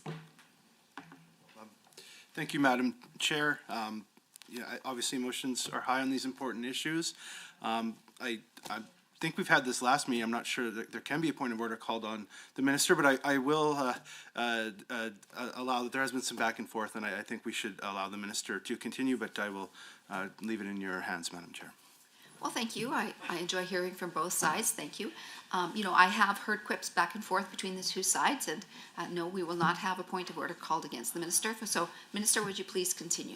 Thank you. So overall, the change to the budget in the homeless area are increased about 7.4 million. I think what the member is referring to is adjustments to the fact that we're moving some money out of one line item to another line item around service hubs, because we've made a decision to use Navigation Center as the service hubs rather than directly to the shelter service, which the shelters are participating in.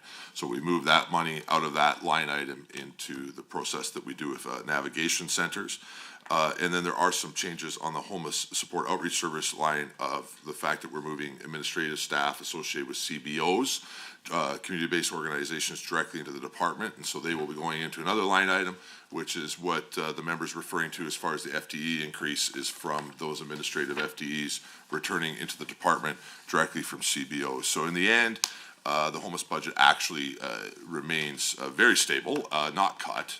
It's $213 million that will be invested in this upcoming year, if I got the math right, which is a significant amount of money, and certainly not a cut to shelters. I think we should stress that, though the honorable member's on the record saying she doesn't want shelters, so I don't know, I'm confused now which one she wants us to fund, but I can tell you, Madam Chair, we will definitely be continuing to fund shelters. In Edmonton, in fact, we've increased our shelter spaces to the most in history. This was a request of the city of Edmonton 2 years ago. I committed to them that we would. We have funding in place for over 2,000 shelter spaces, including 150 Indigenous-led spaces and over 250 women-only shelter spaces.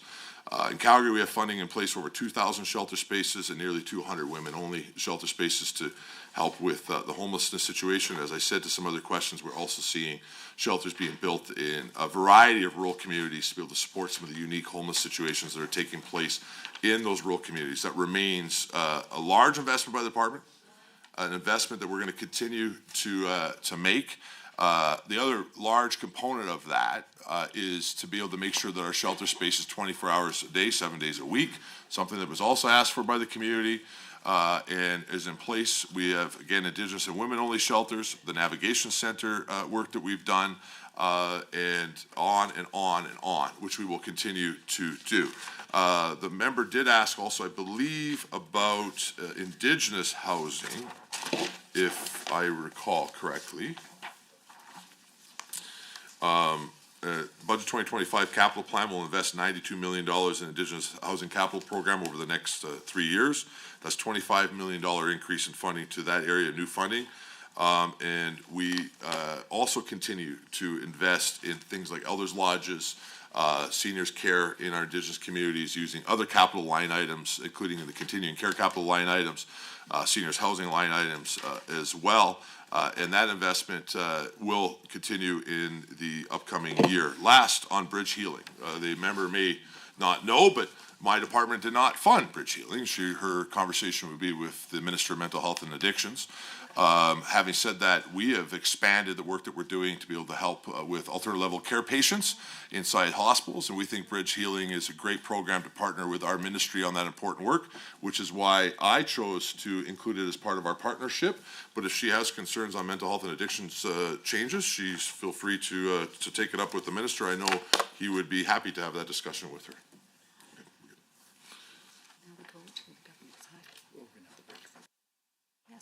All right, everyone, it's break time, 5 minutes.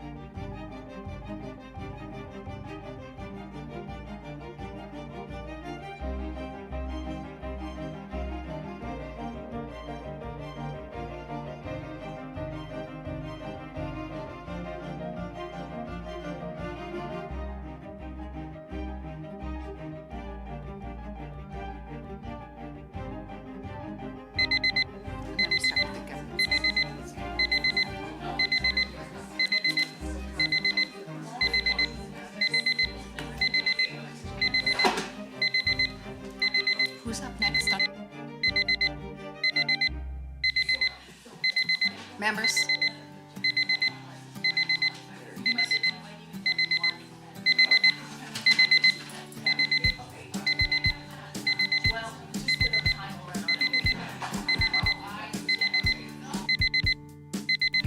Let's resume the meeting here. I'm calling the meeting back to order.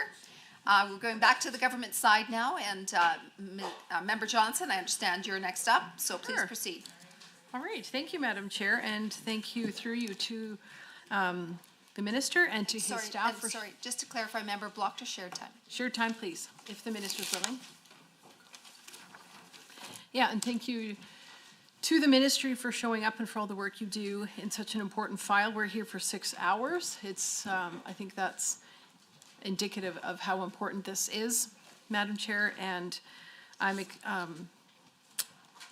excited to hear about the answers that we're going to hear today and in the consideration of this. So, in my constituency of Lacombe-Panoka, we have one of the oldest lodges in the province. As the minister knows, he's been there. I'm so grateful for the work he has done with the municipalities there. And it covers quite a large area, going down to Blackfalds and with Panoka, and certainly in Lacombe as well, meeting a lot of needs there. And so this is, of course, a really high priority in that area. And so we'll look at the Seniors Lodge Modernization Program, specifically looking at page number 97 of the fiscal plan. I see there's 150 million over 3 years, including 50 million in new funding for the Seniors Lodge Modernization Program. So through you, Madam Chair, to the Minister, could the Minister please explain to the committee and those watching what the Seniors Lodge Modernization Program is about and how will it serve Albertans, if I could add to that? Does this include new capital projects, or maybe he can expand upon that, please? The program ultimately will be for building new and also for modernizing new lodges. It will focus on ensuring senior lodges are vibrant community hubs, which is the goal, and places where current and new residents want to live. We're going to have more to announce on that in the next couple of months. Details of that program, though, will come out. But the number one focus on it, again, is to build new and to modernize seniors lodges. Wonderful. Thank you, Madam Chair, through you to the Minister. And I'll continue on this note. I have a couple more questions about that. What will this funding be focused on, if you're free to, if the Minister is free to say? I hear we're going to be having details come soon. But how will that funding be focused in 25-26? Yeah, its goal will be to support the modernization of approximately 750 units. 750 units. Again, thank you, Madam Chair, through you to the Minister.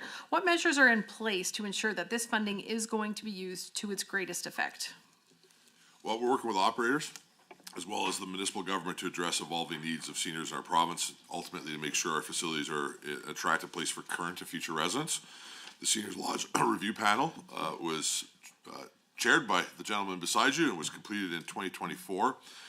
That work will soon begin from the results of that on implementing those recommendations made by that panel. And then ultimately using the outcomes of that lodge review, it will inform our new program. The program will ultimately to enhance opportunities for seniors to age in place while optimizing building assets, which is the primary goal. Fantastic. Thank you, Madam Chair, through you to the Minister. I'll move on to maximizing independence for vulnerable Albertans. We've already heard a lot about that this morning. Under outcome 1 on page number 145 of the business plan, I'm interested to read about the Ministry's commitment to providing vulnerable Albertans with the supports and services needed to help maximize their independence. For many, feeling independent is key to improving their quality of life. However, this could mean different things for the various groups of vulnerable Albertans. And we've heard that already about homeless shelters, how one size does not fit all, and that we have to be very careful of how we're approaching all of these in different communities. So I want to know more about how Budget 2025 is improving outcomes for these groups. Specifically, through you, Madam Chair, to the Minister, how does the Ministry help seniors and those with continuing care system maximize their independence while ensuring they're kept safe and have their basic needs met? Well, there's a lot that goes on in this space. We're continuing, though, ultimately to focus on funding the ongoing work that's in place to enhance the provision of non-medical supports for Albertans in home and community care. Non-medical supports, Madam Chair, are service and supports related to instrumental activities of daily life that are not health-related in nature, but are critical to enable individuals to live safely and independently at home or in the community. Some examples include housekeeping, meal assistance, transportation as examples. In this budget, we're investing, as another example, $6 million in non-medical home supports and social prescribing initiatives, which work to ensure that seniors living in community access supports such as housekeeping, meal preparation, transportation, and social opportunities to meet their basic needs and to keep them safe and independent in their homes. And $4 million is also being directed to prevent and address elder abuse through supporting initiatives such as the Coordinated Community Response, our elder abuse shelters. That funding helps ensure that seniors at risk have access to safe environments and necessary services in the event that they are affected by elder abuse. Thank you, Madam Chair, through you to the Minister. And if we can just expand upon that a little bit, that was specifically towards safety and basic needs being met. I'll expand upon that in that how is the Ministry helping Albertans with disabilities maximize their independence? So on top of the safety and basic needs, how is it affecting and maximizing their independence? Well, we received some feedback in 2021 from the Persons with Disabilities Steering Committee. The Ministry ultimately implemented a new Made in Alberta assessment of needs that is person-centered, strengths-based, and changes when people's needs are changed. The new assessment is standardized casework practices across the province, ensuring consistent assessments to explore each individual's unique support needs. PDD staff proactively assist families in developing and maintaining their capacity to provide care through facilities access to PDD services and supports, such as respite supports and specialized community supports. Ongoing case management activities ensure that available supports and services align with individual supports. PDD services supports the individuals to achieve their outcomes, such as independence and community inclusion, through the following services. Community access supports, which helps individuals take part in activities so they can learn and develop and be with others. Employment supports to learn new skills and find and keep a paid job. And home living supports, which help individuals to live as independently as possible and do daily activities like banking, caring for your home, making meals, or even laundry. Between April of 2024 and December 2024, PDD provided community access to 6,957 individuals, employment supports to 2,307 individuals, and home living supports to 11,431 individuals. The PDD program provides employment supports to train individuals for employment and provides workplace supports for the purpose of maintaining paid employment. This includes post-secondary education funding to support the participation of adults with development disabilities who are eligible for PDD programming in post-secondary institutes, as a couple examples, Madam Chair. Well, thank you, Madam Chair, through to the Minister, and that's a great segue into my next question, which is about PDD. And I'm excited to ask the question because an increase of 83 million is really exciting, and I'm glad to hear about that this morning. On objective 2.3 on page number 146 of the business plan references supports for adults and children with disabilities. So I understand this includes the Persons with Developmental Disabilities Program and the FSCD, this Family Supports for Children with Disabilities Program. We've heard a lot about this already. I'm not going to rehash this, but if you could just, I think we've got time for one more question here. Objective 2.3 references modernization. So why do PDD and the FSCD need to be modernized? We're seeing real challenging numbers, particularly in FSCD, that need to have a broader conversation. We've committed to the sector to have that conversation with the department and the sector this year. One of the most often quoted numbers would be when FSCD program was created, 1 in 10,000 children were being diagnosed with autism. There are some studies now that show it's 1 in 34, or in that range now of children being diagnosed with autism. That alone requires us to sit down and evaluate what adjustments may need to be made to the program to make sure that we're serving the community that the program was designed for.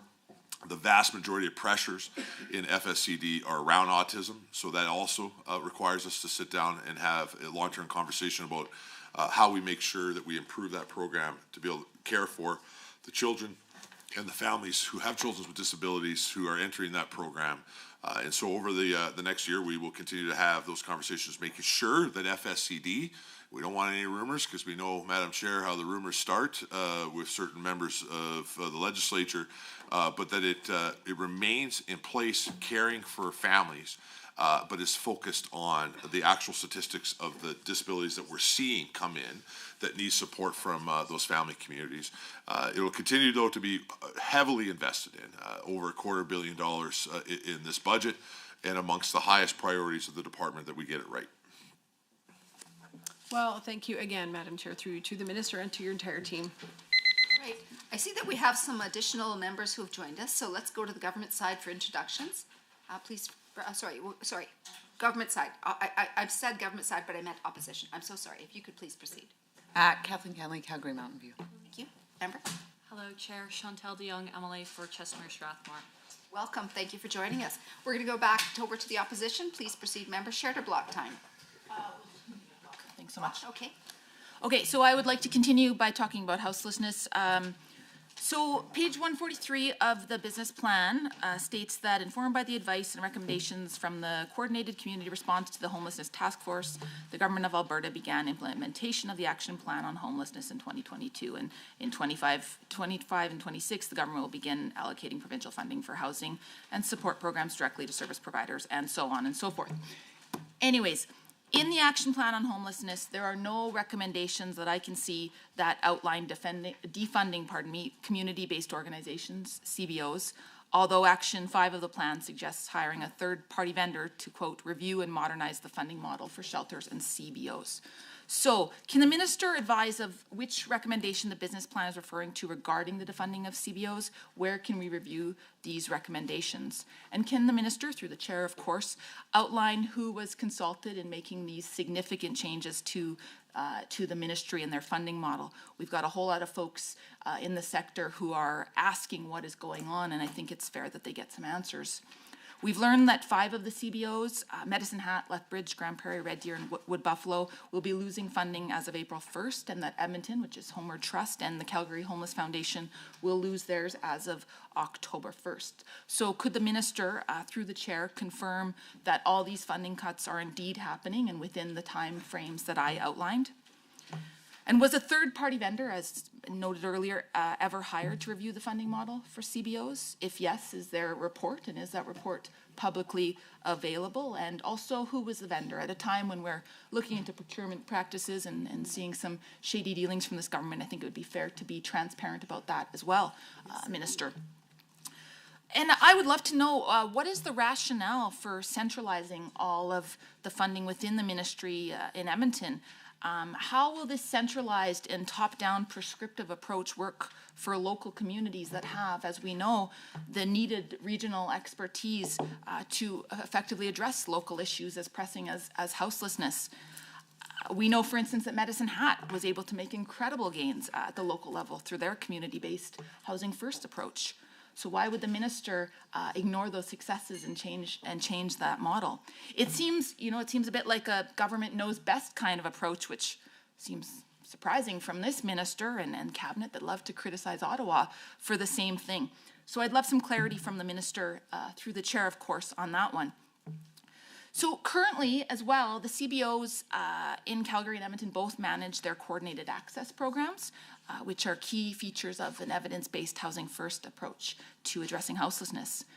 So if, as we've learned, CBOs are in fact losing their funding, is it the government that's going to be taking over coordinated access? And if so, where will that essential data be stored? Will it be available still to other homeless serving agencies? Will it be publicly available? And I think it's reasonable for me to be concerned and to be asking these questions about management of data when we do have a minister who's on record throwing out various numbers depending on the day. So I'd love to know as well, I've talked a little bit about the approach that these CBOs have taken. I'd love to know if the government of Alberta still supports a Housing First approach. As I noted, we know that many of the CBOs employed such an approach. So will this be the strategy when this minister centralizes everything under his ministry? And if not, why? You know, we don't see references to Housing First now in these budget documents. We see terms more like housing focused, recovery oriented delivery, and we note that on page 145 of the business plan. Is the minister using those terms interchangeably with Housing First? If not, what is the difference, and what is the research that supports his approach? A lot of questions there. I'm going to move quickly on to the federal funding as well, and working with other orders of government, which is something I've encouraged this minister to do since I took on the role of housing critic or housing shadow minister.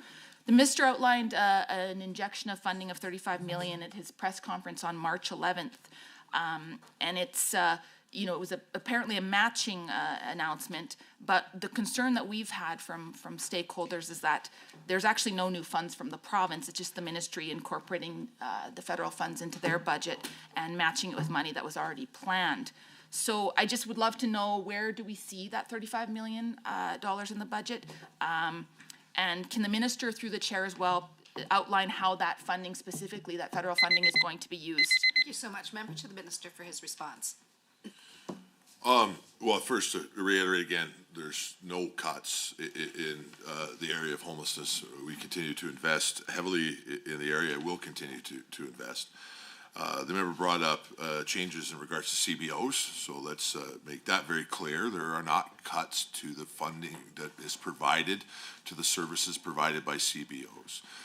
There were multiple different reviews done over time, including a report that was co-authored by the CEO of the Homeless Foundation, which provided a recommendation to centralize some of that grant funding process and to make sure that now that the provincial government was stepping heavily into the shelter space, that there was some level of coordination around that process. And so we are taking the grant distributing process back in-house.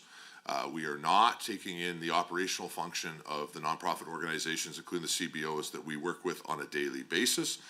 This was one of the CBOs that the member said was upset. Actually, the CEO stood on the stage supporting this change, that being the Lethbridge Housing Authority, and very much supports the direction that we're going. But to be very clear, there is not one reduction in services or dollars to that space. It fully remains funded within the budget. There was a question about whether or not internally funding models have been reviewed. The best of what I can figure out at the moment up here is that MMP did a review of the recommendations of the funding model in 2023. And that would have fed into this conversation. But the biggest impact for me would have been the report co-authored by the CEO of the Calgary Homeless Foundation, recommending that we step into this role.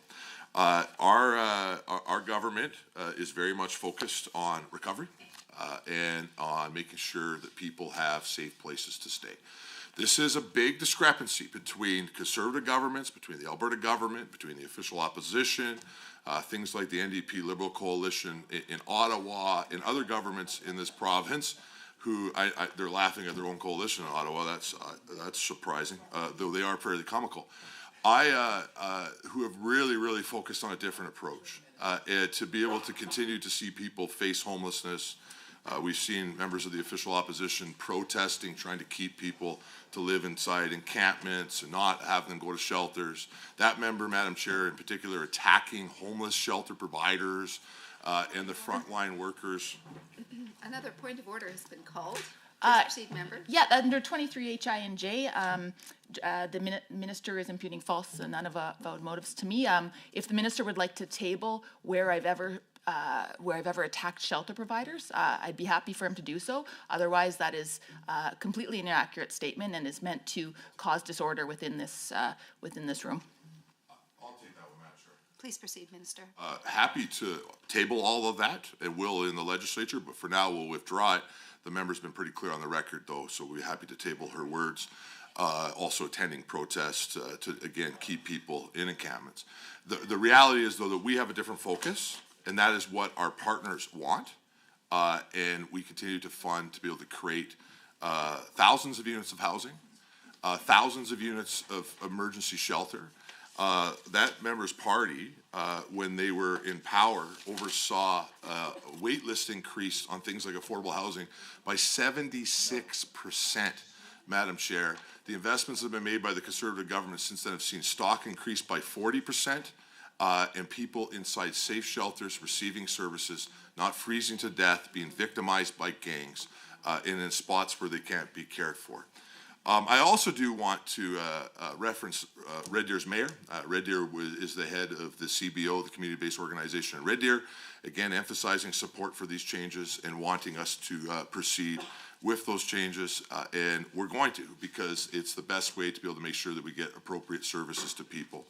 As for the question of housing first, or this word or this terminology, what I care about and what this department cares about is keeping people safe, getting people into the homes and the recovery that they need, which is why we've invested billions of dollars in housing, and why we continue to move forward. And I will say this, the federal government looked at the approach that Alberta is taking and said very clearly to us they want to partner with that approach, which is why their latest round of CBO funding that we announced, the member referred to in that press conference, builds upon the Made in Alberta approach that is keeping people safe, that is investing significant amounts of dollars. And I anticipate we'll get some more questions on housing stats, so we'll save it for then.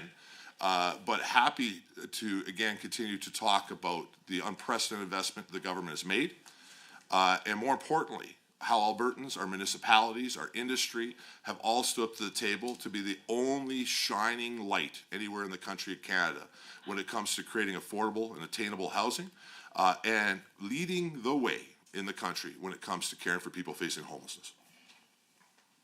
Thank you so much, Minister. Are you wrapping up with your time now, and shall we proceed to the government side? Sure. We have 5 seconds left. All right, so Member Dion, please proceed. Blocked or shared time? Minister, do you prefer block or shared? I love shared. Excellent. Well, thank you, Chair and Minister and your officials for being here today and for the important and the good work you're doing on behalf of all Albertans. I want to talk a bit about women's only shelters today. You know, as we know, women experiencing homelessness are often at heightened risk of experiencing exploitation and abuse, and it's so important, and it's good to see the ministry is making efforts to prevent exploitation and abuse by introducing women-only homeless shelters in the province. In Strathmore, there's a center, it's called the True North Women's Crisis Center. I've had the opportunity to visit that shelter several times, and they provide very critical support to women that are facing and trying to escape abusive situations, at the same time facing housing insecurity. And I can't speak highly enough about the critical support that they provide. Minister, I see on page 145 of the business plan, key objective 1.1, there's over $220 million that's allocated to homelessness and outreach support services. So I have a couple questions about women experiencing homelessness and the supports that you intend to provide. So first, can you just explain the difference between women-only homeless shelter spaces that your ministry funds and the women's shelters that the Ministry of Children and Family Services funds? If you can explain that difference, please. And then in addition to that, how is Budget 2025 going to impact the number of women-only homeless shelter spaces that your ministry is funding? Yeah, so there is a big difference, and both are important. So often when we say women's shelters in the homeless context, people automatically think about both sexual violence shelters and domestic violence shelters, which are critical. Those are not run by this ministry. That's work that's done by the Ministry of Children Services. Again, that sometimes confuses people because at some point along the line it was in this ministry, but that's who has the lead on that work. When we're talking women-only shelters, we're talking about emergency homeless shelter spaces that are for women only, and is a safe space for women who find themselves facing homelessness to be able to access services. And we have, that's been a key part of the work that we've done to increase shelter spaces in Edmonton and Calgary. When we set out to do this process about 2 years ago, we didn't just want to increase beds across the board. We wanted to make sure that we were doing shelter differently and that we were expanding our shelter providers to be able to include other key demographics, including women. Indigenous is another area as well where we have been focused on. And another area would be family shelters as well, individuals who are in family units to be able to receive some level of supports as they move along with that process. There are many reasons why it would make sense for women to have their a shelter space directly for them. I know I've heard stories from our providers about the opportunity that has arisen to be able to help people by being able to separate them, frankly, from males in their lives that are not being helpful and is sometimes even endangering those individuals. And by getting them into that women-only space, it allows those that are working front line to be able to work to get that individual to the care they need and maybe get them separated from something that could sometimes be very violent that may be taking place in their life. And so we'll continue to invest in that area. I believe we have 240 women shelter spaces at the moment. I'll see if one of my officials could check on that for me. And it is a model that we intend to continue certainly in our largest cities. And we'll be looking at how it may or may not fit into some of that rural context as we try to expand our homeless services into more rural communities. Thank you, Minister. I wasn't sure if you were just looking for that number. Yeah, well, they found it. They're quick. 445. Through the chair, thank you, and to your team as well for the initiative and leadership on this important work. This is really changing and saving lives. Thank you. You mentioned in your answer specific housing supports for Indigenous communities, and so I want to just look at another housing program in budget 2025, the Indigenous Housing Capital Program. So I see on page number 97 of the fiscal plan that this initiative is going to be receiving $92 million over 3 years, including $25 million in new funding. And this initiative will provide for Indigenous communities to construct, purchase, and redevelop housing. And so my question is, first, through the chair, Minister, can you just expand on this program a bit and how the funding through Budget 2025 will be used? And I'm interested to learn what's the eligibility criteria for communities to qualify for this program? And perhaps, Minister, can you please provide an update on the progress of this program, including how many projects have been completed to date? Yeah, happy to. Great question, Madam Chair. And I'll start with the last question first. Through the Indigenous Housing Capital Program, the department's been able to approve $74.5 million in funding for 22 different projects. Those have resulted in 521 new units of affordable housing in 15 Indigenous communities across the province. And we continue to accept new applications for the funding round, for funding year-round in this program. The eligibility criteria: to be eligible for this program, applicants must be an Indigenous government or an organization, or a housing management body, municipality, or nonprofit organization with formal partnerships with Indigenous governments or organization. Eligible projects include construction, including addition and extensions, the purchase of existing buildings, or the repurposing of existing buildings. And units may be used for rental or for lease for purchase underneath the program. And we continue to heavily invest in this area. As I said, Budget 2025, I think you mentioned, Honourable Member, is $92 million for the program over the next 3 years, which is $25 million in new funding in this fiscal year, which we hope will create an additional 300 new units in this space. Thank you, Minister. You're doing, it seems like the approach that you're taking to tackle homelessness is, it just takes many different approaches, and it's well developed, it's well rounded.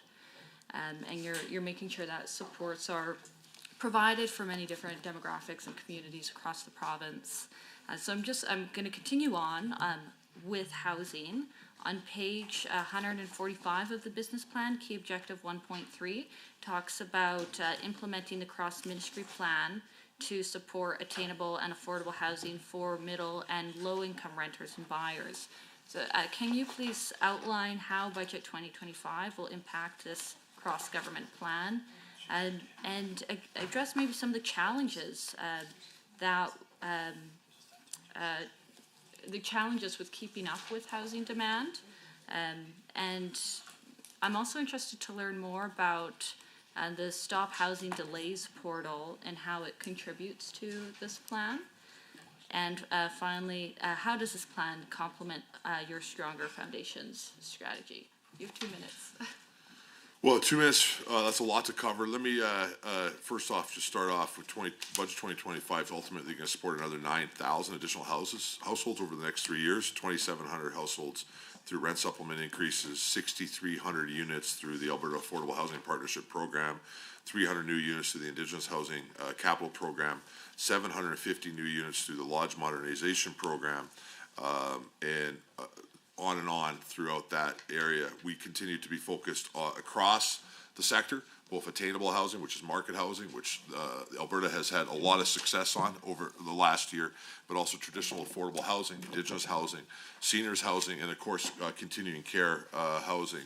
The Stop Housing Delay Dashboard, which we brought in place, which is very heavily focused on where there are government permit delays that are holding up construction, was launched. I call it a reporter permit blocker, but it's officially called the Stop Housing Delays Dashboard. It continues to feed information into the department, which then allows us to trigger conversations with different levels of government, particularly municipalities, but also more importantly with other ministries, where we can show things like transportation, a transportation project, if it was funded, could create this many thousand of units inside a community. When the Flames new stadium was announced in Calgary, and the transportation component of that was announced by Minister Dreesen as an example, that came with thousands of new units of housing as part of us being able to participate in that project. And so us being able to show that, maybe it's a lagoon, maybe it's a sewage issue, maybe it's a road issue, but where that block may be taking place from allowing that development to take place, which is why we've resulted in us having more success when it comes to market-based housing than anywhere in the country. 34% increase this last year in housing starts that we anticipate is going to continue, and ultimately the only place where we see rent actually decreasing anywhere in the country. Thank you so much. Minister, we'll head to the official opposition. Please proceed, member. Blocked or shared time? I would like block time, please. Okay, please proceed. Thank you, Madam Chair. And I just want to thank all of the senior serving organizations throughout the province. I know that they do important work in a very difficult time, and certainly the need outstrips the resources all across Alberta. So I just want to begin by focusing specifically mostly on seniors at first. We know that page 21 of the fiscal plan indicates a 5.1 increase in the consumer price index and population growth. CPI is 2.6, population growth is 2.5. Therefore, to maintain services at current levels, investment increases of 5.1% are needed. Since the seniors population, we know, is growing at a faster rate than other demographics, an even larger investment is needed. This budget falls short of that. Overall spending growth is just 3.6%, and the most recent stats indicate that we have 810,000 seniors. Those are people 65 and older living in our province. Does the minister have a more up-to-date number, or is he using 810,000 to forecast for the year ahead in terms of the seniors population? So, and I'm just asked the minister also, through the chair, how come the seniors budget does not increase throughout at least 5.1% to keep up with CPI and population growth? The next, I'd like to look at 7.3 in the estimates, the Seniors Home Adaptation and Repair Program, or otherwise known as SHARP. So this is an amazing program that supports seniors to age in the community, where the vast majority of seniors wish to be close to their neighbors, community centers, family docs, familiar retail outlets, and religious centers. This program was created under the NDP government when I was minister, and it really increased the opportunity for people to stay in their homes, you know, up to 10, 15 years longer. And we know that people's quality of life is so much better when they can do that. Yet there's no CPI or population growth increase, so this is just status quo. Why isn't this program being championed more, supported more, invested more in? Budget estimates line item 7.4, seniors community grants. So this is kind of shocking to me, really. It was underspent by $1,600,000. And we know, because I certainly have met with seniors serving organizations all across the province, that the need currently far, far outstrips the resources that they have. And yet here we have a budget item of last year where the grants have not been distributed to seniors organizations, and seniors are suffering, Madam Chair. There's no doubt that the affordability crisis impacts seniors more than many other populations because of, you know, they're on fixed incomes, they're often no longer in the workforce, although some are. And so them being able to manage the increased costs of groceries, utilities, insurance, all these things are very difficult for them. And many nonprofit agencies do support seniors, and what I'm being told is that no longer is it sort of preventative services anymore. It's like basic needs. People need food. People need shelter. And before, it was always that people were supported with recreational activities, opportunities to connect, because we know, of course, social isolation is a key issue, and it has very negative health outcomes for seniors. So, I mean, I don't understand, why is this line item underspent? I'm going to move on to number 8 now, the Alberta Seniors Benefit. According to the minister's mandate letter, he is charged with indexing the Alberta Seniors Benefit to inflation. However, Bill 32, the Financial Statutes Amendment Act, passed in the fall, puts a 2% ceiling on inflation for income support programs. Last year, the Consumer Price Index was estimated at 2.9% in the fiscal plan. It is forecast to be 2.6% in 2025. This particularly this seems particularly ill-advised, as the annual report for the last fiscal year says, and I quote, "The Alberta Seniors Benefit Supplemental Accommodation Benefit and Special Needs Assistance for seniors were increased to match the rate of inflation for 2023. This increase provides people who rely on these programs with additional financial support to meet their basic needs. By continuing to index these programs, vulnerable Albertans will have more resources to keep up with increased cost of living." So this is found on page 16 of the annual report. Seniors who qualify for this support are particularly vulnerable, and even small amounts support. Member to the Minister for his response.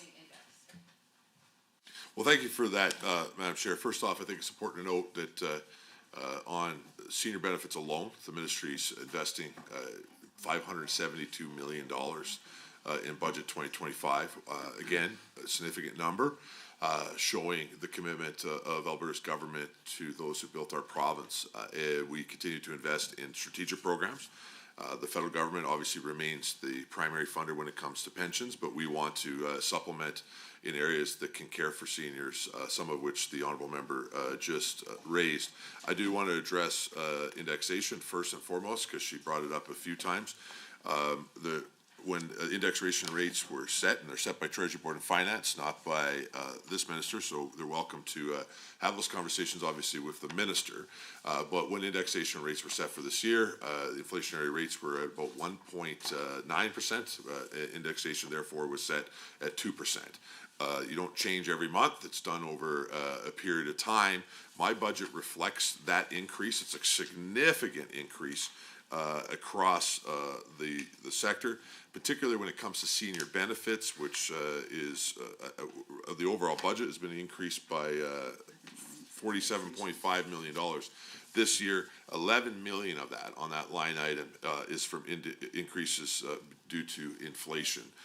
in indexation. So the budget does take that into account. The honourable member also quoted, I believe she may have been quoting about the overall budget, but the budget that's before today increases by 10.6%, which is significantly higher than both inflation and population growth. It's actually an increase of $1 billion across my entire budget and programs, showing where the government's focus has been. On to SHARP real quick.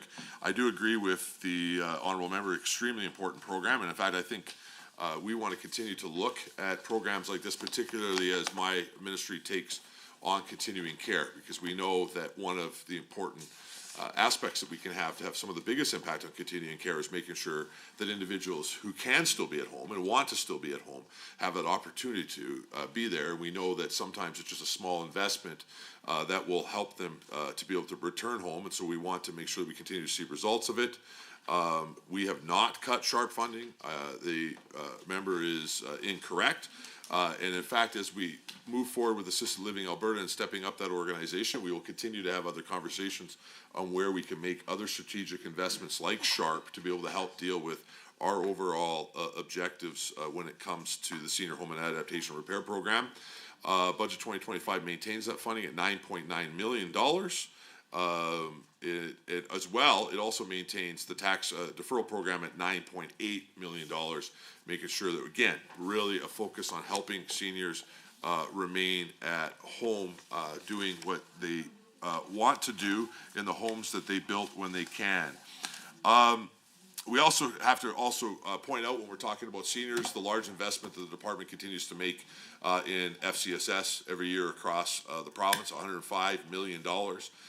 This year, again, in FCSS, making sure that we're empowering our partner agencies inside rural communities in particular, but all across the province, to be able to make sure that they're helping us with things like transportation, making sure that there are events and different things that are taking place inside the communities, all of our communities, to be able to make sure that we can care for seniors. What else could I talk about? Because there's so much going on with seniors, Madam Chair, that it's hard to just pick a few. But I will bring up another couple. We got an investment of $3.5 million going on across 19 communities for accessible and affordable transportation programs for older adults and seniors.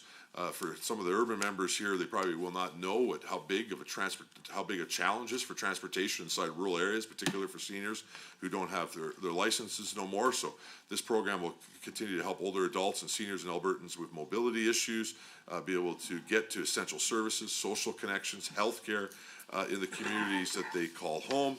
We're also making investments in supports like grocery shopping, meal preparation, yard maintenance, social wellness activities to support independence and health. $15 million in funding has been committed to Healthy Aging Alberta to be able to help with this work.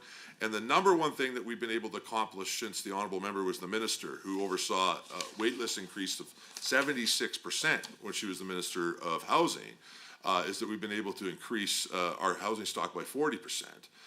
And put significant investments in making sure seniors can be where they want to be, and more importantly, where they can be in rural Alberta, Mr. Speaker, when they want to be. Thank you so much. Minister, back over to the official opposition. Sorry, pardon me, I've just lost track. I'm sorry, Member McDougall, please proceed. Thank you very much, Chair. And thank you for coming here today to talk about these very important issues. I'd like to talk a little bit today about affordable housing as well, and the rental subsidies available to Albertans with low income. Looking at the performance measures 1A on page number 145 of the business plan, it measures the number of new affordable housing units and new rental subsidies that the ministry has funded, committed to, or supported for Albertans in need. So I read in 23-24, the ministry delivered 2,302 new affordable housing units and new rental subsidies to Albertans with low income. The figure for 25-26 is 2,700, so that's a pretty remarkable 17% increase in the increases in new affordable housing that you expect to do for this coming year. I'd be interested to know how the ministry will reach this target for 25-26. It's a pretty dramatic increase. Yeah, it is a dramatic increase. It again shows the enormous effort that's taking place on the housing side of the ministry underneath the leadership of ADM Williams, who's at the table here. to really make sure that we meet the capacity. At the same time, as they've had to, as a department, for the first time over last year, actually step into the market side of the file, which has not traditionally been a space that has needed much work inside our province. So they've had a lot on the go to meet that target that you're referring to, Honourable Member, of that 9,000 additional households over the next 3 years. The breakdown is as follows: 2,700 households with rent supplements, 6,300 units through the Affordable Housing Partnership Program over the next 3 years, 300 new units through the Indigenous Housing Capital Program, 750 new units through the Lodge Modernization Program, and more than 800 units that are currently under construction. In addition, 25-26, the Housing Benefit to Survivors of Gender-Based Violence will support also another 1,100 households, and capital maintenance and renewal funding will keep 4,100 units online that would have come offline if we have not made that investment to being able to maintain our stock. So we continue to see the department exceed expectations when it comes to the work that they're doing on housing. And we haven't even gotten to the market level where they're knocking it out of the park in ways that are just not seen anywhere else in the country. Thank you. So how many of these new households will be served by rent assistance versus new builds? Yeah, budget 2025 ultimately supports more than 9,000 households over 3 years, including 2,600 and 25-26 through rent assistance. Of these units, 7,100 will be supported through new capital builds. So 6,300 new and 800 that are already in progress, and then 2,700 units ultimately, though, will be supported in total through rental supplements. Okay, thank you. And how many of these units will be accessible for persons with disabilities? Alberta Social Housing Corporation's portfolio, approximately 14% are barrier-free, or approximately 5,000 units across the portfolio. Moving forward, as part of our bilateral agreement with the feds, new construction projects will be subject to accessibility standards set out in the Safety Codes Act and other appropriate legislation, and ultimately to comply with the National Building Code, the 2019 Alberta edition. All projects funded in whole or in part by the government of Alberta are to include at least 10% of new units being barrier-free. Thank you. One of the key components of seniors community and social services is protecting vulnerable Albertans. These could be people experiencing homelessness, people with disabilities, or facing job insecurity. In addition to these groups, the protection of our, obviously, province's seniors is a very important priority, and I am pleased to see in Budget 2025 addresses the issue of elder abuse in Key Objective 2.5 on page number 146 of the business plan. I also see mention of development of the Safe Spaces program in rural Indigenous communities on page number 144, which I think you've discussed a little bit on.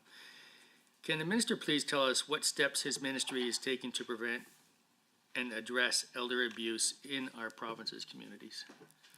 Yeah, Madam Chair, we're investing $1.525 million in this budget year to support the network of elder abuse coordinating community response through our Elder Abuse Awareness Council. The funding is part of the 4-year, $5 million commitment we have made to enhancing community-based responses to elder abuse across the province. The program, it works as follows. Communities can hire elder abuse case managers to lead their local coordinated community response and then provide supports and referrals for older adults experiencing abuse. As of September 2024, the program has been expanded to 20 communities, including both rural and urban centers.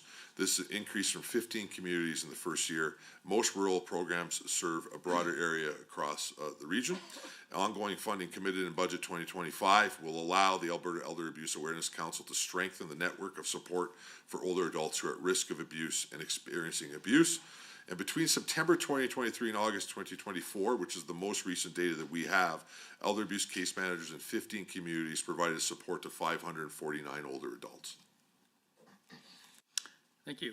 And what is the Safe Spaces program, and how is Budget 20 supporting the development of this program in rural and Indigenous communities?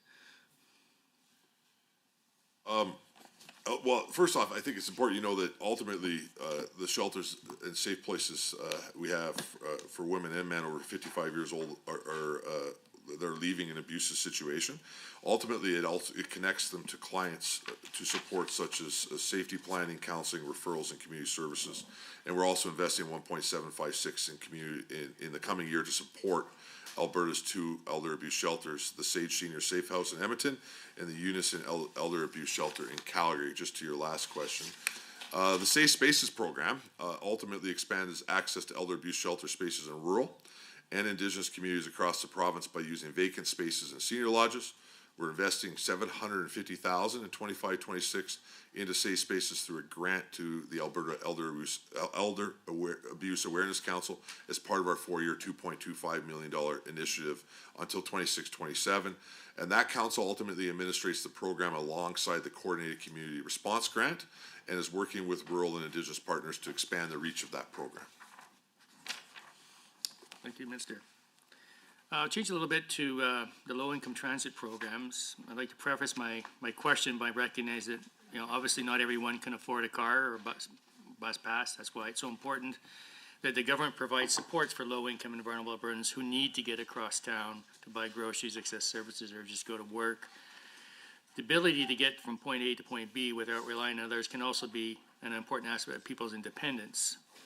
I've heard about the low-income transit program, and I'd like to get some greater insight into this. Looking at line 6.3 on page number 193 of the main estimates, I see there is a $16.4 million allocated to family and community safety. According to the description on page number 191 of the estimates, you see family and community safety funding provides grant funding for municipalities and community-based organizations to provide community-centered service to Albertans. Would the minister please highlight how much funding is allocated to the next 3 years for these transportation services, and where is the funding located in budget 2025? Yeah, so the funding is located line 6.3 in the estimates. The budget includes $16 million for low-income transit programs, of which $12 million is for Edmonton and Calgary, and the remaining $4 million is for other municipalities. The program ultimately provides funding to municipalities with transit systems that offer reduced transit fares to low-income individuals. Of course, this is in addition to the amount of other investments that we make in the overall transit system through the Department of Transportation. And so that's where it is in the budget, and that is the breakdown. And how many Albertans are accessing this funding? 19 municipalities are getting the funding, including Calgary and Edmonton, as well as communities like Hinton and Camrose. Each municipality receives that funding ultimately determines the eligibility for the passes that they provide. A great example of the success of this program is the city of Grand Prairie. Between April and December of 2024, the city provided more than 4,300 transit passes at reduced rates to low-income residents in the Grand Prairie area, as an example of what the program does. So how does the low-income transit program meet the needs of vulnerable individuals? And if the program is helping low-income vulnerable individuals in municipalities, what happens in municipalities that do not offer low-income transit programs or do not have a transit system? Yeah, so, I think that the last part of your question, by the time I got back, is important. I remember when the NDP had their carbon tax coming in, Madam Chair, and they told everybody to take the bus. And the reality is that there's no communities that I represent that have a bus, so we have to recognize that investment inside transit systems won't work in some of other areas. It's why, with the time we got left, we've invested in places and organizations like Drive Happiness with significant investments that focus on volunteer driver programs and other aspects that can help particular seniors and other vulnerable people in communities like I represent across the province that don't have transit systems to be able to make sure that our constituents get access to services. And we've seen lots of success with that program. We also see investment in FCSS in that area as well. Thank you so much, Minister. We'll move back over to the official opposition. Blocked or shared time member? Block, please. Please proceed. Thank you, Madam Chair. So I'm referring to the fiscal plan, page 106. It's capital plan details. And in January 2024, the minister appointed a committee to review and make recommendations for the Lodge revitalization program. They were to complete the report in spring of 2024, and the minister promised this report would be made public. I understand that the report was completed in May 2024, and the report has not been made public, and it's almost a year later. And none of the allocation of the investment for that fiscal year, $25 million, has been spent. You can see that in the capital plan, page 106, very clearly. In the minister's mandate letter, he's charged with completing this review and expanding lodge capacity to keep up with increased growth and demand. We know that there's a significant need of affordable housing for seniors in our province, yet this significant investment has been languishing and nothing's being done regarding it. Having met with many people in the sector, I'll continue to wait for the minister to fulfill on his goals. On page 25 of the strategic plan, it says, and I quote, ensuring adequate supports and safety for Alberta seniors. Government is working with senior lodge providers to grow the provision of senior lodges and improve the lodges systems efficiency and sustainability into the future. When's this report going to be made public? You know, it's over a year since the press conference where he promised this, and there's a significant need in the community, and why is such an important initiative being delayed? Page 48 of the annual report identifies Objective 3 as inclusion. In previous annual reports, inclusion focused on the most vulnerable seniors groups, and these groups were named. They were named LGBTQ2S+ seniors, recent immigrants and refugee seniors, and Indigenous peoples who are seniors. Why have these vulnerable groups been deleted from the annual report? What is the minister doing to support the seniors' pride community specifically? Page 57 of the annual report shows that according to the most recent statistics, seniors' sense of belonging to the community has decreased by almost a full %. This indicator is used to assess seniors' experiences of social isolation, ageism, and quality of life. What has caused this decrease, and what is the minister doing to mitigate it? On page 52 of the annual report, key objective 3.4 states to promote the prevention of elder abuse by raising awareness, supporting coordinated community responses, and system coordination. We know that 1 in 10 seniors tragically do experience elder abuse in Alberta. We also know that we do not have enough shelter beds to ensure that the safety of seniors is protected. In addition, due to the extreme lack of affordable housing in our province, after their emergency shelter period has ended, seniors have nowhere to go.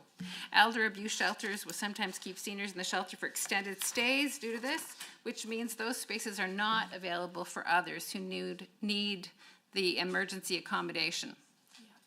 What is the minister doing to create longer stay housing for seniors who have experienced elder abuse so that they are not taking shelter beds away from those needing emergency accommodation? Too often, tragically, seniors find themselves in the regular shelter system. This is no place for them, and a specialized system to support them is needed. Additional emergency elder abuse shelter beds are needed across the province. Will the minister be increasing these beds? When the UCP became government, they eliminated the office of the seniors advocate, and the minister indicated the health advocate's office would take over the responsibility of the seniors advocate. Where in the annual report or other budget documents is the work of the advocate reflected? On an annual basis, how often does the minister meet with the health advocate to receive her advice? There is no annual report for the health advocate for the last reporting period. When will this report be available? And I just want to remind the minister, when I asked him just a simple question about what's the number of seniors in our province, he didn't answer that in his last block. So I just want to remind him and to let us know, because it's very important that he have that figure for forecasting. And I'm going to start to talk about continuing care now, and I'm looking at government estimates 194 page 194, number 11, continuing care. So of course this item is new to the ministry because this was always in health before. And in the fall, of course, this was transferred to seniors and community social services. But despite this transition, nothing really has changed in the sector. I talked to operators. Thank you so much, member. Over to the minister for his response. We'll start with the Lodge Review panel. We had the Lodge Review panel done. It was led by a member of this community, Madam Chair, Mr. Lunty, MLA Lunty, I should say, who did an excellent job. When we launched that initiative, we did not know that the mandate of the ministry would be expanded a few short months from then to begin to transition the operation of continuing care into the fold. And so we've taken the initial report and have made sure that it and the senior lodge side of the file are at the table for conversations about assisted living transition with continuing care to make sure we've got two things done. One is any overlap between those programs as they come together has been thought out, which is a change from when the panel would have had their mandate, and also to make sure that the extraordinary ability of that side of the sector to be able to help support getting those who need continuing care out of acute care beds into their services is taken into account. And so that transition committee has almost done its work, and I do know that the Lodge Review Panel will then go to Cabinet shortly afterwards because of those adjustments, and we'll have more to say about it at that time, though the industry participated in it significantly and have provided very good recommendations that we will be moving forward with, that I think will make circumstances a lot better for both continuing care and traditional self-contained seniors housing. As for grants, as for elder abuse, actually I'll talk about that next. We were just talking about it with some of the government members in their questions. The member is wrong. There is significant investment continuing in that space. 1 in 10 Albertans obviously could be victims of elder abuse, which is a significant number. Budget 2025 reflects the importance of addressing that issue. It's why we're investing $4 million towards preventive and supportive services for older adults experiencing elder abuse, which is actually an increase of almost $750,000 in this budget. The total investment, as I said, of $4 million. We provide $1.7 million per year to senior shelters in Edmonton and Calgary to help those escaping abuses. Through the Safe Spaces program established in 2024, the government is expanding access to elder abuse shelter spaces in rural and Indigenous communities. In addition, there's a range of supports for services and laws in place to help address elder abuse and support those who are facing it. This will remain a priority of the department. We've also increased at a significant rate the number of units that are available for people fleeing elder abuse to be able to make sure that we are in a position to care for them. The member brought up housing and Madam Chair, and that there is nothing taking place with affordable housing. Now, I could understand her confusion as a former minister because sadly, at her time in the ministry, no affordable housing was built, none, not one unit. And so we saw, as a result of that decision, an increase in wait times by 76% across the province when it came to affordable housing. But don't worry, Madam Chair, along came the Conservative government, who then began to make significant investments inside this important area. And I'm just going to give you a few because it would take all 6 hours of estimates to be able to list it. But let's start with the Affordable Housing Partnership Program with a $654.7 million investment over 3 years. $249.2 million in new funding over 3 years supports about 5,300 new units. The Indigenous Housing Capital Program, $92 million over 3 years, $25 million in new funding, supporting about 300 new units. The capital maintenance and renewal increases, $130.2 million over 3 years, supporting 4,100 units coming back online as a result of that investment. The Lodge Modernization Program, $150 million over 3 years. The Affordable and Specialized Housing Program, $4.7 million. The Disaster Recovery and Emergency Assistance Program, $16 million. On and on and on, not to mention the fact that we also removed all of the NDP red tape that they created in the housing sector, which has allowed Alberta to be the only shining beacon when it comes to creating market housing, which has resulted in rent going down in places like Calgary, the only place anywhere in Canada where you see rent going down, because we made sure to get rid of that NDP red tape and trust Albertans to be able to make sure that they build more units and make sure that people have a place to live. And the honourable member just heckled, what about Edmonton? Well, Edmonton continues to see their capacity go up as a result of the investments the government is making. So, Madam Speaker, we're just going to continue to get the job done. Thank you so much, Minister. We'll head back over. Oh, thank you, thank you. I appreciate that, Minister. We'll move back over to the government side now. Remember, you only have 5 minutes left. We'll start with you on the next session. Please proceed. Sure. Just to confirm, Madam Chair, that we're still sharing time. with the minister? If the minister's agreeable. Sure. Well, very impressive list. I could listen for 6 hours about those investments, Minister, but maybe I'll target in a little more than that. I think you've touched on this a bit, but I think it's relevant to bring some of these concepts that you're getting asked about and providing information for, and that's aging with dignity, particularly in the rural Alberta setting. So through the chair, this is very much related to outcome number 3, and you can find this on page 147 of the business plan. And more generally, it looks at supporting Albertans who require assistance to live in their homes and communities, and this is along with continuing care homes, through a coordinated system of wraparound social services and high-quality care. So broadly speaking, it is focused on ensuring Albertans can access quality care and services when and where they need it to support their independence and quality of life. This is very important, especially again for those living in rural communities are still able to receive the care that they need.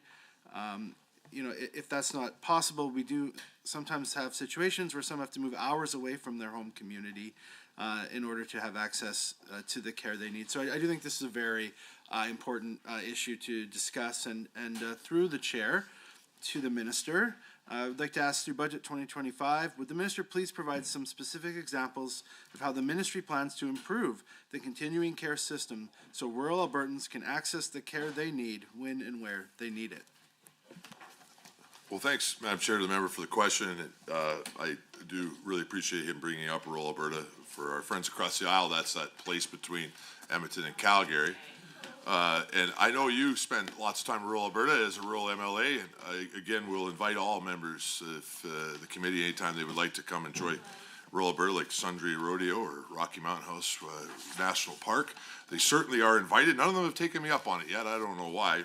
Former Minister Schweitzer used to invite them and say he would bring a bus to get them there, but to date, I haven't seen any of them in rural Alberta. But we're continuing to be focused on things like implementing our resource hubs for coordinated access for rural home care services, as an example.